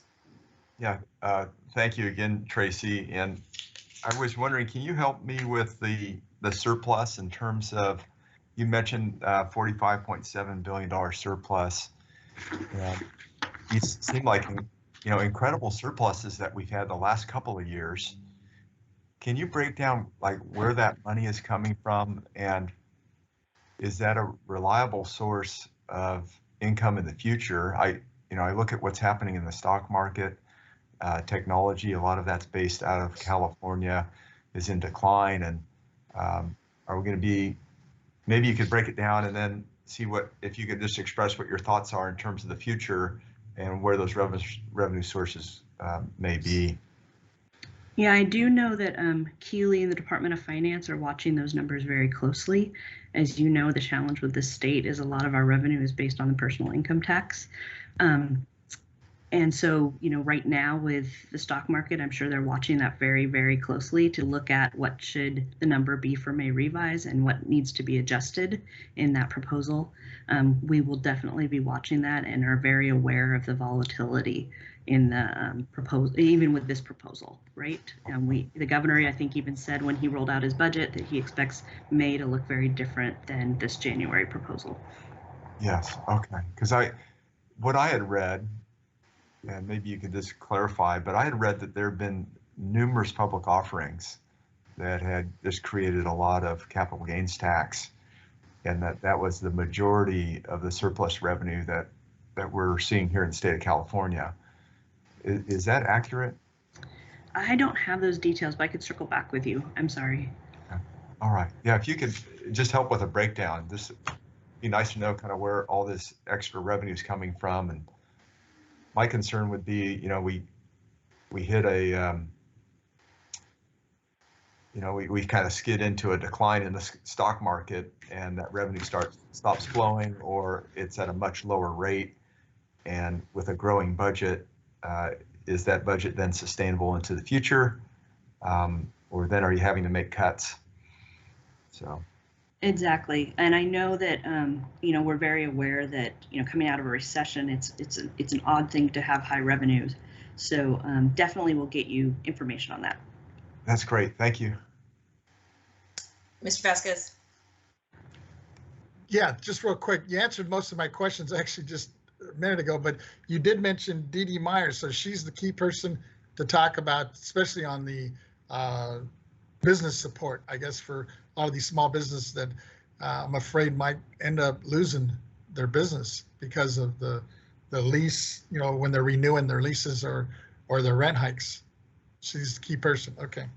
Thank you. Another follow-up for you before we transition further on into the agenda. So as a board, we're interested in partnering with the governor to address a lot of the technology and staffing needs for local county assessors. This is our hope. I didn't hear anything in the presentation about any additional monies available to our county assessors. Perhaps you just overlooked it. So maybe you could talk a little bit about the billions of dollars that he's going to be giving to our assessors.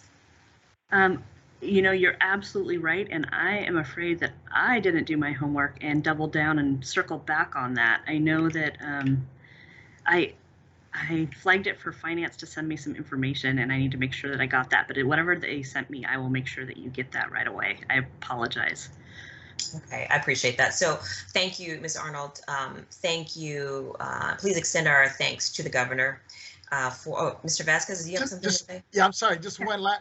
You actually brought up a good point when you were talking about the, especially for the assessors. I'm even thinking about our BOE districts. I mean, each one of us are representing 10 million people, and I really feel for actually the chair's new district. I mean, she goes from Ventura all the way to, what is it, the border, Eureka or Humboldt? I mean, that's like 32 counties. How do you, with the staffing that she has, how do you even begin to represent that geographic area? And same with Member Gaines. I mean, he goes, we used to come to LA, but now he even goes further. He goes down to San Bernardino and all the way up to the border. I mean, just physical offices that you have to staff. And with the staffing we have, it's really a joke. You know, you're talking about, you know, we're supposed to represent the taxpayer. How do you do that with the resources that we currently have? That's a really good point. I will definitely follow up with that on that one because I completely hear you and agree. Thank you. Thank you for making those points, Mr. Vasquez. Ms. Stowers. I just wanted to share with you guys on those tax proposals. They're outlined in the budget. I do have the fact sheets. They're public information. I would send them over to board proceedings to share with everybody. So, Ms. Arnold, that's one less item that you have to do. Thank you so much. Okay. All right, thank you. Mr. Vasquez, is your hand back up? Nope. Okay, you're good. So please extend our thanks to the governor. Thank you for making yourself available for this presentation. We recognize that it's been really difficult to lead in unprecedented times, so we want to applaud that leadership and also state that we're looking forward to working with you in partnership and with the California Assessors Association to make sure and to ensure that local assessors have the resources that they need and the technology and the staffing in the space, quite honestly. You're in the space of budget, so you know that we're talking about a $75 billion property tax system, which is the second highest revenue generator for local counties and municipalities, second to personal income tax. So it's an important system that we want to maintain, that ensure that it's robust and that it's healthy, and so that assessors are able to do the job that we are relying on them to do. So with that, so to ensure that they're able to carry out their functions, and so I just want to say thank you for your presentation. We look forward to working with you. Please do follow up with those outstanding items. I will be looking for them. And seeing that there are no other questions or hands, we are going to continue to move on with our agenda. And thank you again. Perfect. Thank you so much for inviting me today. Very nice. Okay, Ms. Fleming, back to you. Thank you, Madam Chair. Thank you, members. Really good discussion. Again, extends our appreciation in support of your comments. To thank Ms. Arnold for participating today. Really appreciated the information. Members, that concludes my portion of today's presentation, and with the chair's permission, we're prepared to proceed with the remainder of the agenda, which Yes. moves to item D, operational. So with your permission, Madam Chair, we'll turn it back to Ms. Taylor. Perfect. Yes, let's do that. Thank you, Chair Cohen. We probably at this point should call for a quick public comment and see if there's anyone that would like to make a comment. AT&T moderator, can you let us know if there is anyone on the line who would like to make a public comment regarding this matter at this time? Okay. Once again, if you'd like to make public comment, please press 1, then 0 on your phone. 1, 0.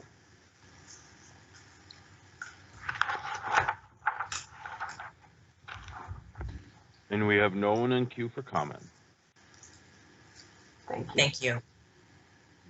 Our next item is K1D, Executive Director's Report, Operational Priorities and Projects, Operational Priorities, Report on the Status of Operational Priorities. This matter will be presented by Ms. Renati. Good morning, Chair Cohen and honorable members. I am Lisa Renati, Chief Deputy Director. Today, I'll report on some of the agency's operational priorities and projects. Members, the first item is in regard to our workforce capacity. Since our last meeting, we have filled 5 positions, 3 were promotions, and 2 are new staff to our agency. We continue to focus on this important effort and have 18 positions in active recruitment. Members, the next item is an update on our process improvement project. This project aligns with our strategic goals to modernize our business and property tax systems. I'm happy to report that the project's going well, and we're detecting opportunities for improvement and seeking innovations to enhance our systems and programs. Members, this concludes my report on operational priorities. I am available to answer any questions you may have. Colleagues, any questions? Mr. Gaines? Yeah, thank you, Chair Cohen. Yeah, Ms. Renati, I'm encouraged that we're doing so well on recruitment. I remember when our numbers were at 48 and now we're down to 18, and those are in active recruitment. And I know that we've also had challenges because we've had retirements. And do we know what that real number is? Because I know you've worked hard in terms of replacing those positions. Plus, we've had people that have moved up and been promoted. I'm trying to get a handle on how many have retired, how many have been promoted, and then how many have come from the outside. And you probably don't have all that available, but is that something that I could get an update on? Yes, I'd be happy to give you those numbers. I do not have an update from when since 2019. I don't have that information at my hands. Roughly about 60 positions filled, but those do, as you pointed out, include those promotions. Our retirements are holding steady right now. So while we have people have retired, and hopefully they're very happy in retirement, but we've slowly just been filling those positions. So I can circle back with you at your convenience and get that information to you. Yeah, that'd be great. Thank you very much. My pleasure. Mr. Vasquez? Yes, thank you, Madam Chair. Real quick, just a quick comment. One, to congratulate the Property Tax Department. It looks like they've done great, it's great progress in filling so many of these much needed positions. And I'm just looking forward now, I guess, as we roll into 2022 to see what we could achieve with this enhanced Property Tax Department. Thank you. Thank you. All right. All right, seeing no other questions or hands, we can continue. Ms. Taylor, do we have any public comment? Let me ask the AT&T moderator. Please let us know if there is anyone on the line who would like to make a public comment regarding this matter. Okay, once again, if you'd like to make public comment, please press 1, then 0. Please press 1, 0.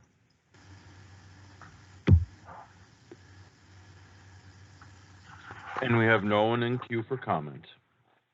All right, thank you. The next item is K1E, Executive Director's Report, Proposition 19 Implementation Project. Report on the status of the agency's Proposition 19 Implementation Project. This matter will be presented by Ms. Renati. Thank you, Ms. Taylor. Again, this is Lisa Renati, Chief Deputy Director. Today, I'll provide a report, an update rather, on our Proposition 19 implementation project. A high-level implementation plan is attached to today's agenda. I'm happy to report that the status of our Prop 19 implementation project is green, which indicates we have no issues or concerns to report. Members, next, each team leader will provide you with specific information on the implementation actions for their areas. Please do. Thank you. The second sub-item is the Property Tax Department's Proposition 19 Implementation and Guidance, presented by Mr. Young. Thank you, Ms. Taylor. Good morning, Chair Cohen and honorable members of the board. This is David Young, Deputy Director of the Property Tax Department, and today I will provide you a brief update of the department's efforts in implementing Prop 19. So staff continues to provide, to answer inquiries from our various stakeholders, taxpayers, assessors, and other constituents and members of the general public. Our workload on that has been holding fairly steady. There are still a fair amount of inquiries coming in, and we are handling those in an expeditious and timely manner. Second, I would like to provide you an update on our guidance. So with the passage of SB 539, staff is drafting guidance to LTAs that will provide some guidance to the assessors and the general public on the implementing statutes that were passed by 539. The first LTA will deal with base year transfers. Staff has completed the drafting of that advisory letter, and it is going through the very last stages of internal review. After internal review, it will be presented to your office for a 3-day preview, and then released to the public and the assessors for guidance. The next letter that we are working on is another LTA, another letter to assessor, and that will deal with the intergenerational transfers. That is still in the drafting process. It's a little bit behind on, we have to take the base year transfers first, and then this will follow. So it is still in internal drafting right now. After it's been drafted, it will go through the same process: first internal review, and then preview to your offices before being released to the public. Those are the two main issues, two main projects we are working on right now in the Property Tax Department. I am available to answer any questions you may have. We see no questions, Mr. Young. Thank you for your presentation. Oh, Ms. Dowers has a question. Ms. Dowers. Thank you. Yes. On the two LTAs, you said they'll be coming out to our office as a preview. Yes. And that sounds like that's our standard process on LTAs. We do a preview. However, and I hate to do this, I was under the impression when we were doing an LTA dealing with a law change like Prop 19, SB 539, the board is actually has more of an approval role as opposed to a preview. Am I mistaken, Ms. Fleming? So I don't want to jump in, and Dave, if you wanted to finish the thought, but your position, your understanding is correct. So when we're doing a preview of something, it's typically going to be for the routine items.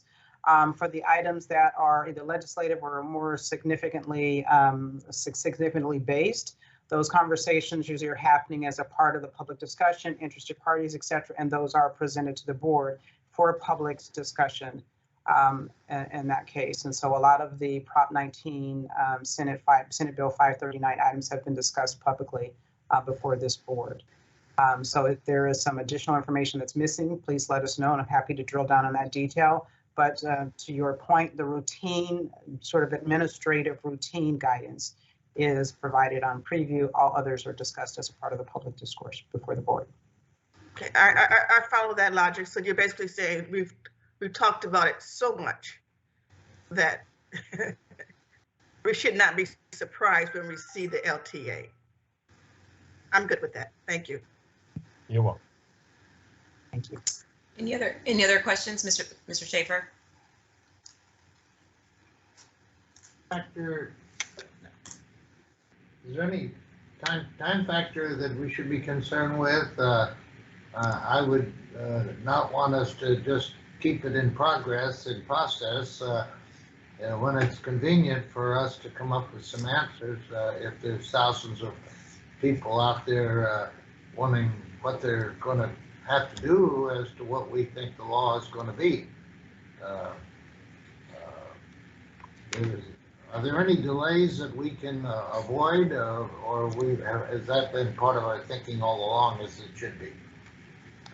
If I may address that, thank you for that question. It's been part of our plan all along. We've been trying to move on this as expeditiously as possible. There were a couple of interpretational and technical concerns that we had, and so we worked diligently with our legal department, and we consulted with our assessor partners in coming up with some with a consensus on a couple of the items. So we are moving quickly, and our goal, as always, is to get it out as timely as possible to provide guidance both to the assessors and to taxpayers in general. Thank you, Mr. Young. Of course.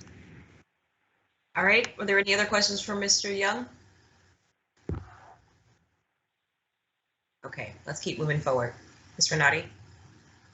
The third sub-item is the legal department's Proposition 19 implementation and updates presented by Mr. Nanjo and Mr. Moon. Good morning, Chair Cohen, Vice Chair Schaefer, and honorable members of the board. I'm Henry Nanjo, Chief Counsel of the BOE's Legal Department, here with Attorney 5, Richard Moon. The legal department is happy to report that the board's initial Proposition 19 related rulemaking efforts have both concluded. Property Tax Rule 462.520, exclusion from change in ownership, intergenerational transfers, was approved by the Office of Administrative Law, or OAL, on October 26, 2021, as I have previously reported. That rule was given an effective date of January 1st, 2022. So with the new year, this regulation is currently applicable to intergenerational transfers statewide. With regards to the rule 462.540, that was the one that OAL had some technical changes at the last minute that they needed us to make. That was on exclusion from change in ownership base year value transfers. I mentioned at the December board meeting that the legal department was working on minor revisions to OAL, more technical, grammatical, those kinds of things, nothing substantive. And in December 2021, OAL approved this rule on December 31st, 2021. My staff, I'd like to thank my staff working very diligently with OAL to address all their concerns, worked right up until the last day of the year to get that concluded. But similarly, that rule is now in effect as of January 1st, 2022. So again, I'm happy to report that both of the boards property tax rules, exclusion from change in ownership intergenerational transfers, and exclusion from change in ownership base year value transfers implementing Proposition 19 were effective January 1st, 2022. Again, my team did an awesome job of staying with OAL and making sure they got that across the finish line. I express my great appreciation for all their efforts, especially at over the holidays and at the end of the year. That concludes my report. I'm available to answer any questions.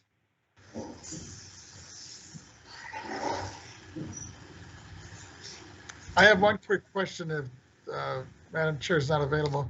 Yes, go ahead, take your question. Yes. Mr. Nanjo, thank you for the update, but I was wondering when you're talking about Prop 19, do we have any updates on the actual ballot? I guess there was like that repeal the Death Tax Act that's floating out there on Prop 19? Yes, and I don't want to, thank you for that question, Member Vasquez. I don't want to steal Dustin Weatherby's thunder. I believe he's going to be addressing there in his report. So if you can hang on a little bit, I think he's covering that. I'll hold that. Then let me ask you on what you just actually were just speaking about. And that is Sure. during the state assessees appeals season, are all the attorneys assigned to the state assessed matters? Do we know?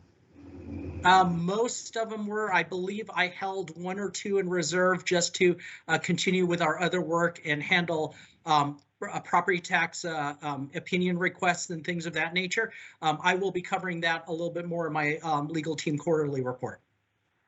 And in that report, are you going to bring up if there's any issue in terms of possible staff, shortage on that, or assistance or help on that?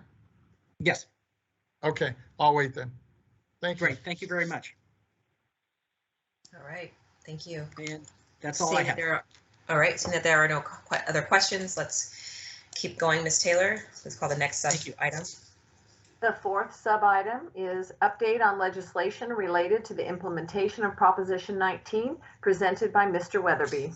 Thank you, Ms. Taylor. Good morning, Chair Cohen, Vice Chair Schaefer, and honorable members of the board. This is Dustin Weatherby, Chief of the Legislative Research and Statistics Division.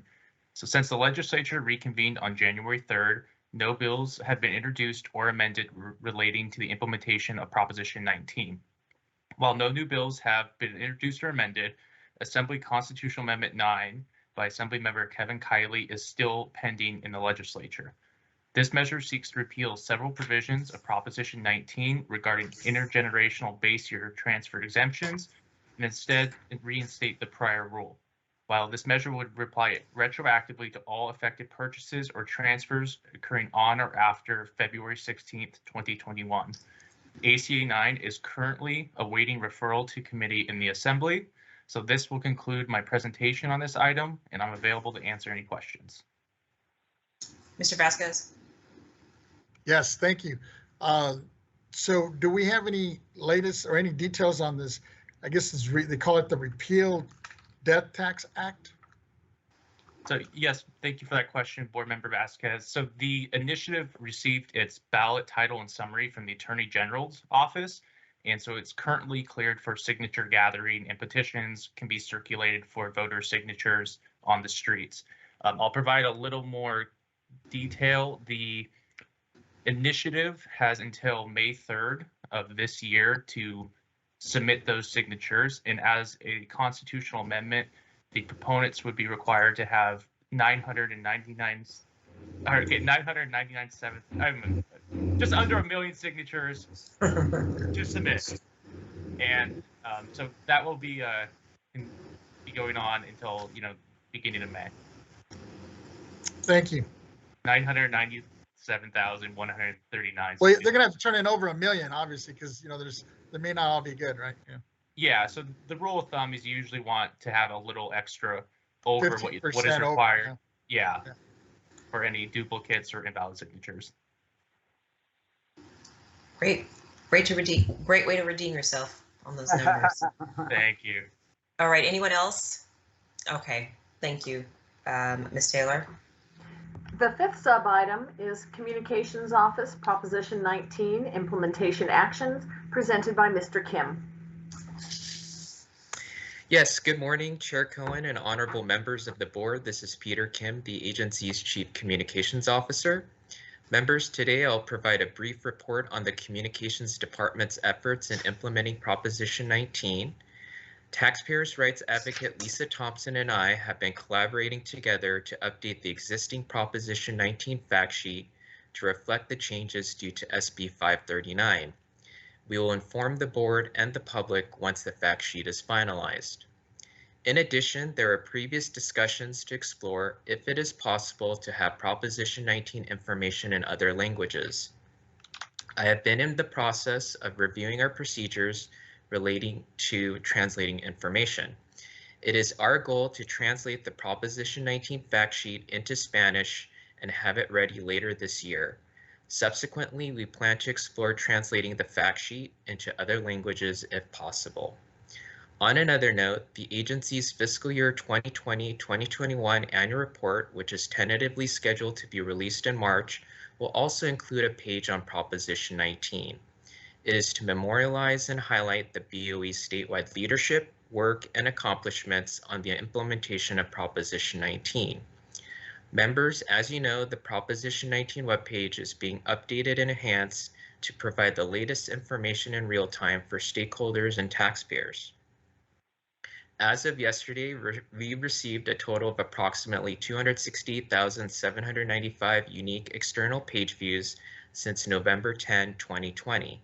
Since my report at the October 2021 board meeting, that's an additional 42,986 unique external page views, which is about a monthly average of over 14,000 page views in the last 3 months. Finally, we are continuing to use our social media channels such as Facebook, Twitter, Instagram, and LinkedIn to expand our audience and direct followers to the BOE website for the latest updates and resources. This concludes my report, and I'm available to answer any questions the board may have.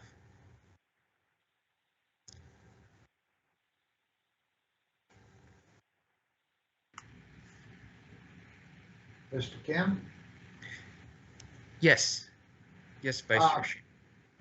I sometimes get a mailing from some level of government that will have a translation in not just Spanish, but in 20 different languages. I mean, it just startles my mind. And I know from experience going door to door in neighborhoods of English as a second language people, that when I find parents that don't speak English, they have teenage and adult children around that speak perfect English.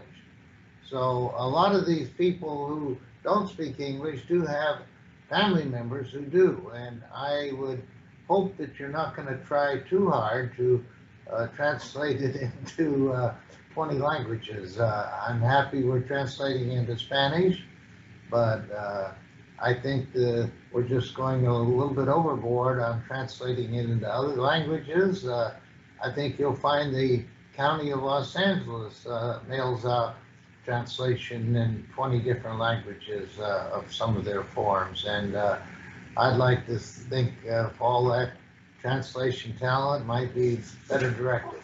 That's just my opinion. Thank you. Thank you for your comments, sir. I will note that those comments, yes, in the process. Thank you.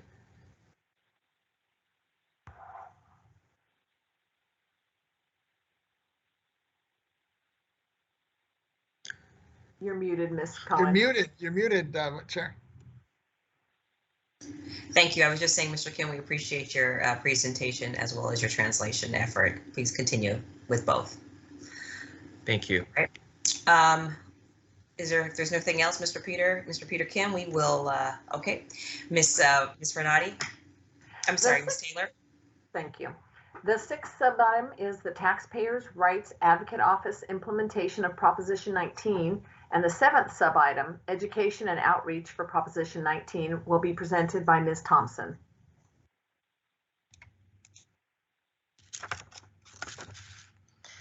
Good afternoon, Chair Cohen and honorable board members. I am Lisa Thompson, the agency's Taxpayer Rights Advocate Office Chief of the Taxpayer Rights Advocate Office and also the Taxpayer Rights Advocate for the agency. I am pleased to report on the Proposition 19 implementation and action plans for the Taxpayer Rights Advocate Office. The Taxpayer Rights Advocate Office Implementation Action Plan is focused on developing new information sheets for the intergenerational transfers and base year value transfer provisions under Proposition 19, as well as for revising its existing information sheets for the effects of Proposition 19. In addition to covering exclusion and base year value topics addressing the existing information sheets, we will be drafting new information sheets addressing family farms and property impacted by disaster. Our office is currently reviewing the language in the implementing legislation for Proposition 19, resulting from Senate Bill 539 that was signed into law September 30th, 2021, and reviewing information issued by our property tax department concerning that implementing legislation. Our office is collaborating on how best to present that information in the Taxpayer Rights Advocate Office information sheets, so taxpayers are aware of property tax savings that are available to them. Our information sheets will reference the applicable effective dates of Proposition 19 when implementing legislation was passed, as well as key information from letter to assessors that our agency published concerning the implementing legislation. This concludes my update for the TRA implementation plan portion. I am available to answer any questions. And if there are none, I'll continue to the education and outreach implementation action plans. Okay, I see no questions. Please continue. Okay. The Taxpayer Rights Advocate Office has continued to work in collaboration with the Communications Officer, Peter Kim, on various aspects of Proposition 19 to ensure that taxpayers are provided the most current information and are kept informed. This can, and then also, excuse me, then the focus of this education and outreach and implementation plans are for the creation of Proposition 19 fact sheet and presentation material development. In February of 2021, the Taxpayer Rights Advocate Office, in collaboration with the Communications Officer, had developed a Proposition 19 fact sheet and PowerPoint presentation to provide information on the intergenerational transfer exclusions and provisions that were effective February 16th. 2021, and also for the base year value transfers for seniors and disabled persons, which were effective April 1st, 2021. The communications officer and I have collaborated on changes to that fact sheet now that implementing legislation was enacted.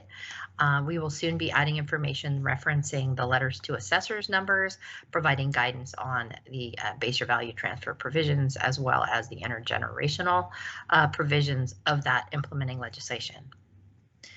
Later in the agenda, I will be providing an update on the activities of the Taxpayer Rights Advocate Office, providing some statistics on the number of cases we've completed.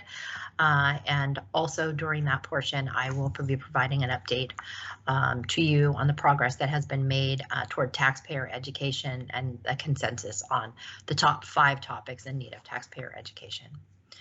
This concludes my update for the education and outreach implementation plan. I'm available if you have any questions. Colleagues, any questions for Ms. Thompson? All right, seeing none, thank you for your presentation. Thank you.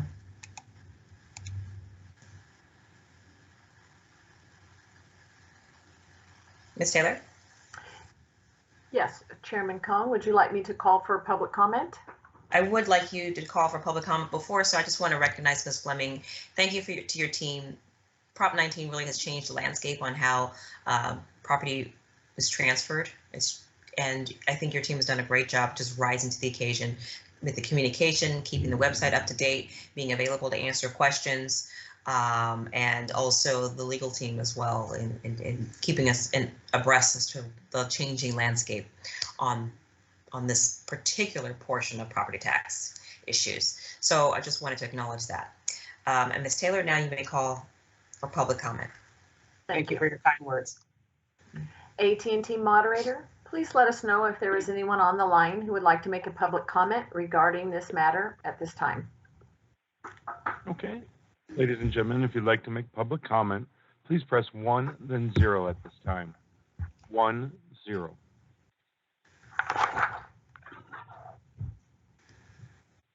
And we have no one in queue at this time. Great, thank you.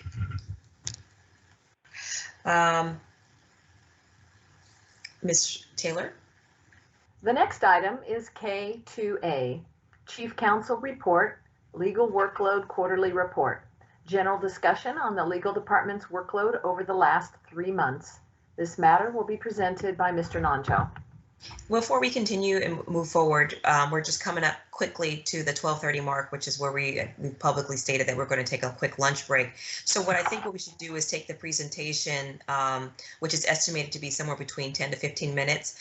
And after that presentation, we will take a break, and then we will subsequently go into Dave's presentation, which is estimated to be 30 minutes after the lunch break. All right, folks. All right, thank you. Please continue, Ms. Taylor. Thank you, Ms. Taylor. Good afternoon, Chair Cohen, Vice Chair Schaefer, and honorable members. Henry Nandro again, Chief Counsel of the Board of Equalization's Legal Department. Today, I am presenting the Legal Department's quarterly report covering the fourth quarter of 2021. First, I want to thank my team for their continued dedication and hard work throughout the 2021 with the pandemic, remote working and everything. It has been challenging for all, and our legal team has been working with all cylinders firing. Recently, we welcomed 2 new staff members, Attorney 4 Norm Scott in November 2021 and Tax Counsel 4 Lou Ambrose in January of 2022. Additionally, Ms. Sonia Yim, I'm pleased to report, was promoted to Tax Counsel 4, and we will continue to fill our remaining vacancies in 2022. Now on to the department's workload for fourth quarter 2021. As you know, the second half of the year has the legal department attorneys serving in 2 key roles for state assessed appeals season. Some of my attorneys represent the state assessed properties division throughout the appeals process, and 2 of my attorneys serve as appeals attorneys or a neutral attorney tasked with summarizing the appellant's record for the board's consideration and action on cases. In December, the primary workload of the 2021 state assessed appeals season came to a close. Currently, the remaining appeals activities for 2022 or 2021-22 season includes that the appeals attorney is working on 2 pending Section 40 written decisions, which are estimated to appear on the board's February agenda. With the board's adoption of these written opinions to memorialize the board's appeal decisions that were made in December, the 2021 appeals season will officially come to a close. Additionally, now that the 2021 appeals season has mostly come to a close, the legal department will begin to work with the board's assignment from September 2021, which was to look at the appeals process holistically in the off-season for any lessons learned with a specific eye on our communications to petitioners throughout the appeals process.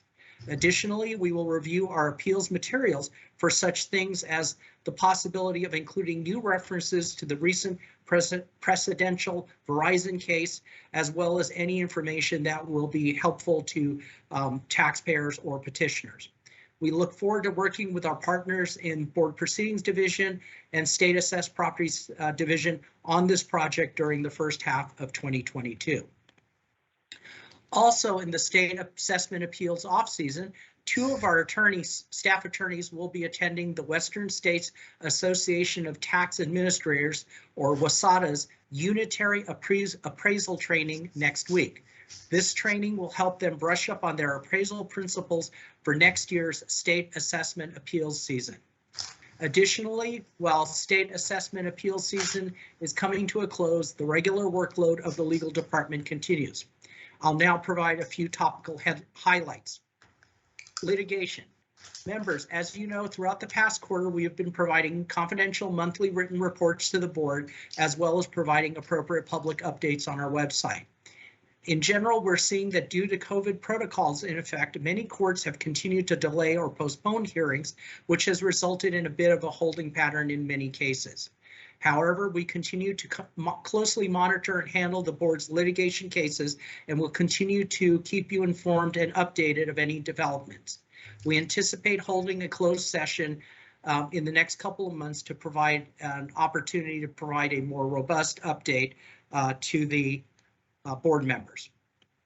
In the area of Public Records Act and disclosures, in the fourth quarter, we had completed 75 PRA disclosure inquiries. The work has been pretty steady and ongoing, but of course depends on the volume of public inquiries. Members, as you'll recall, administration assignments are typically requested by the Board Proceedings Division or Exec Office covering various administrative or board meeting related legal issues.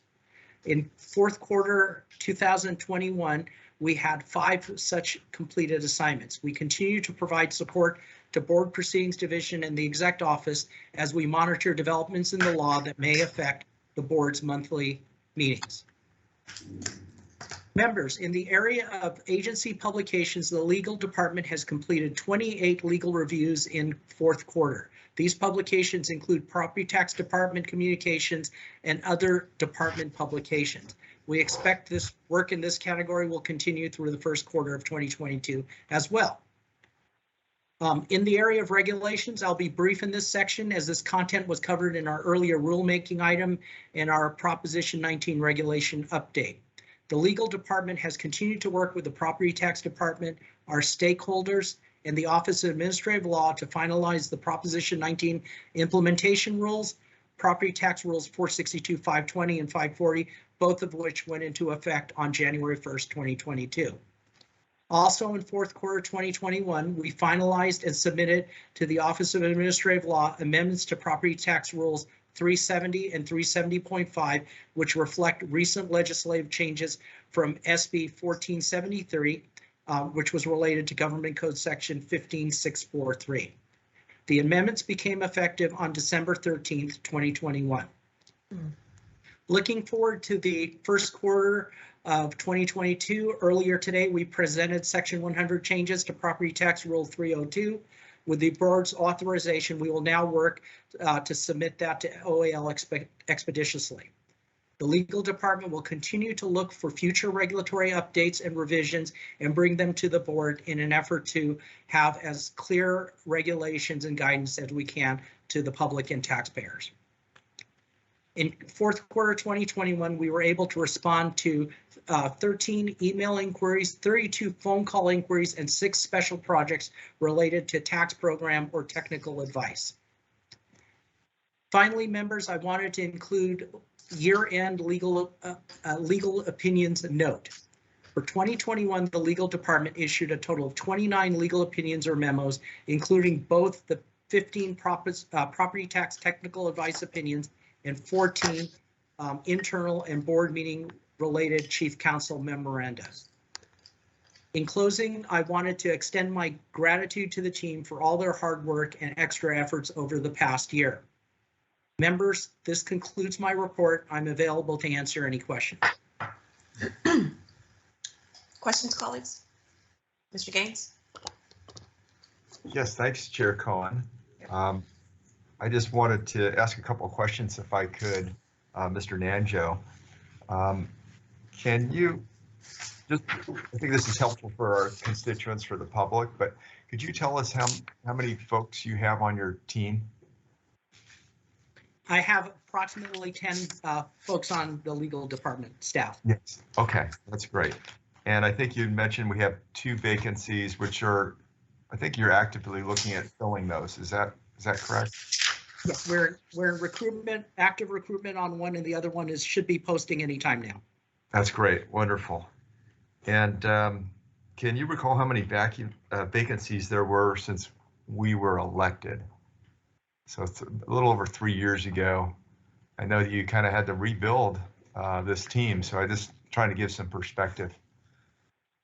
Yeah, it's kind of difficult to say. We've had some people retire, we've had some people leave us, but it's suffice to say that we are probably double the staff that we had when the board members were first elected. That's great. Good. And I know that we had some issues with backlog of workload. How is that now? Are we caught up? Are we getting closer to being caught up? We now have more resources to put on there. As I mentioned, Lou Ambrose is a new tax counsel that we were able to hire. He's going to help us with some of our backload as well as reviewing our appeals process. That effort. Plus, now that state assessed appeals season is over, more of my attorneys can turn back to catching up on tax opinion requests. So we will definitely make headway over the next quarter and until the next state assessed appeals season comes up. Great, wonderful, thank you. I find that very encouraging. Appreciate what you're doing and also what Ms. Fleming has done in terms of, and along the entire team in terms of managing the BOE. It's just good to see that we're filling these positions, we're getting talented people, and I think we're being effective as an agency. So congratulations. Thank you, Member Gaines. Vice Chair Schaefer? Angela, you mentioned the retirements that we had, which of course every agency has. Have some of the people we lost gone on to great careers in the private sector, and we continue to see them because of their specialty? Are any of them prominent judges who are able to bring a unique perspective to business litigation? I mean, any superstars that started with you? I'm happy to report that our retirees have been retired and enjoying life after a well-deserved state career. So if we can't have them doing something for taxpayers, they have a well-deserved break and they're enjoying their families. That's a good answer. Thank you. Absolutely. Thank you, sir. Anyone else? All right. Thank you, Mr. Thank you, members. Of course, Ms. Taylor, do we have any public comment on this item? AT&T moderator, please let us know if there is anyone on the line who would like to make a public comment on this matter. Okay, once again, if you'd like to make a public comment, please press 1, then 0. 1, 0.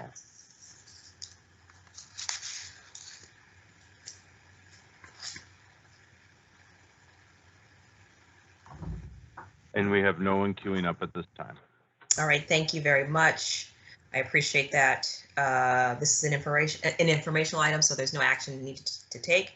I'd like to take a 30-minute recess and reconvene at 12:45. All right, colleagues. All right. Seeing no dispute. All right, we will take a recess and we will reconvene in 30 minutes at 12:45. Thank you. Thank you, members. Thank you, staff.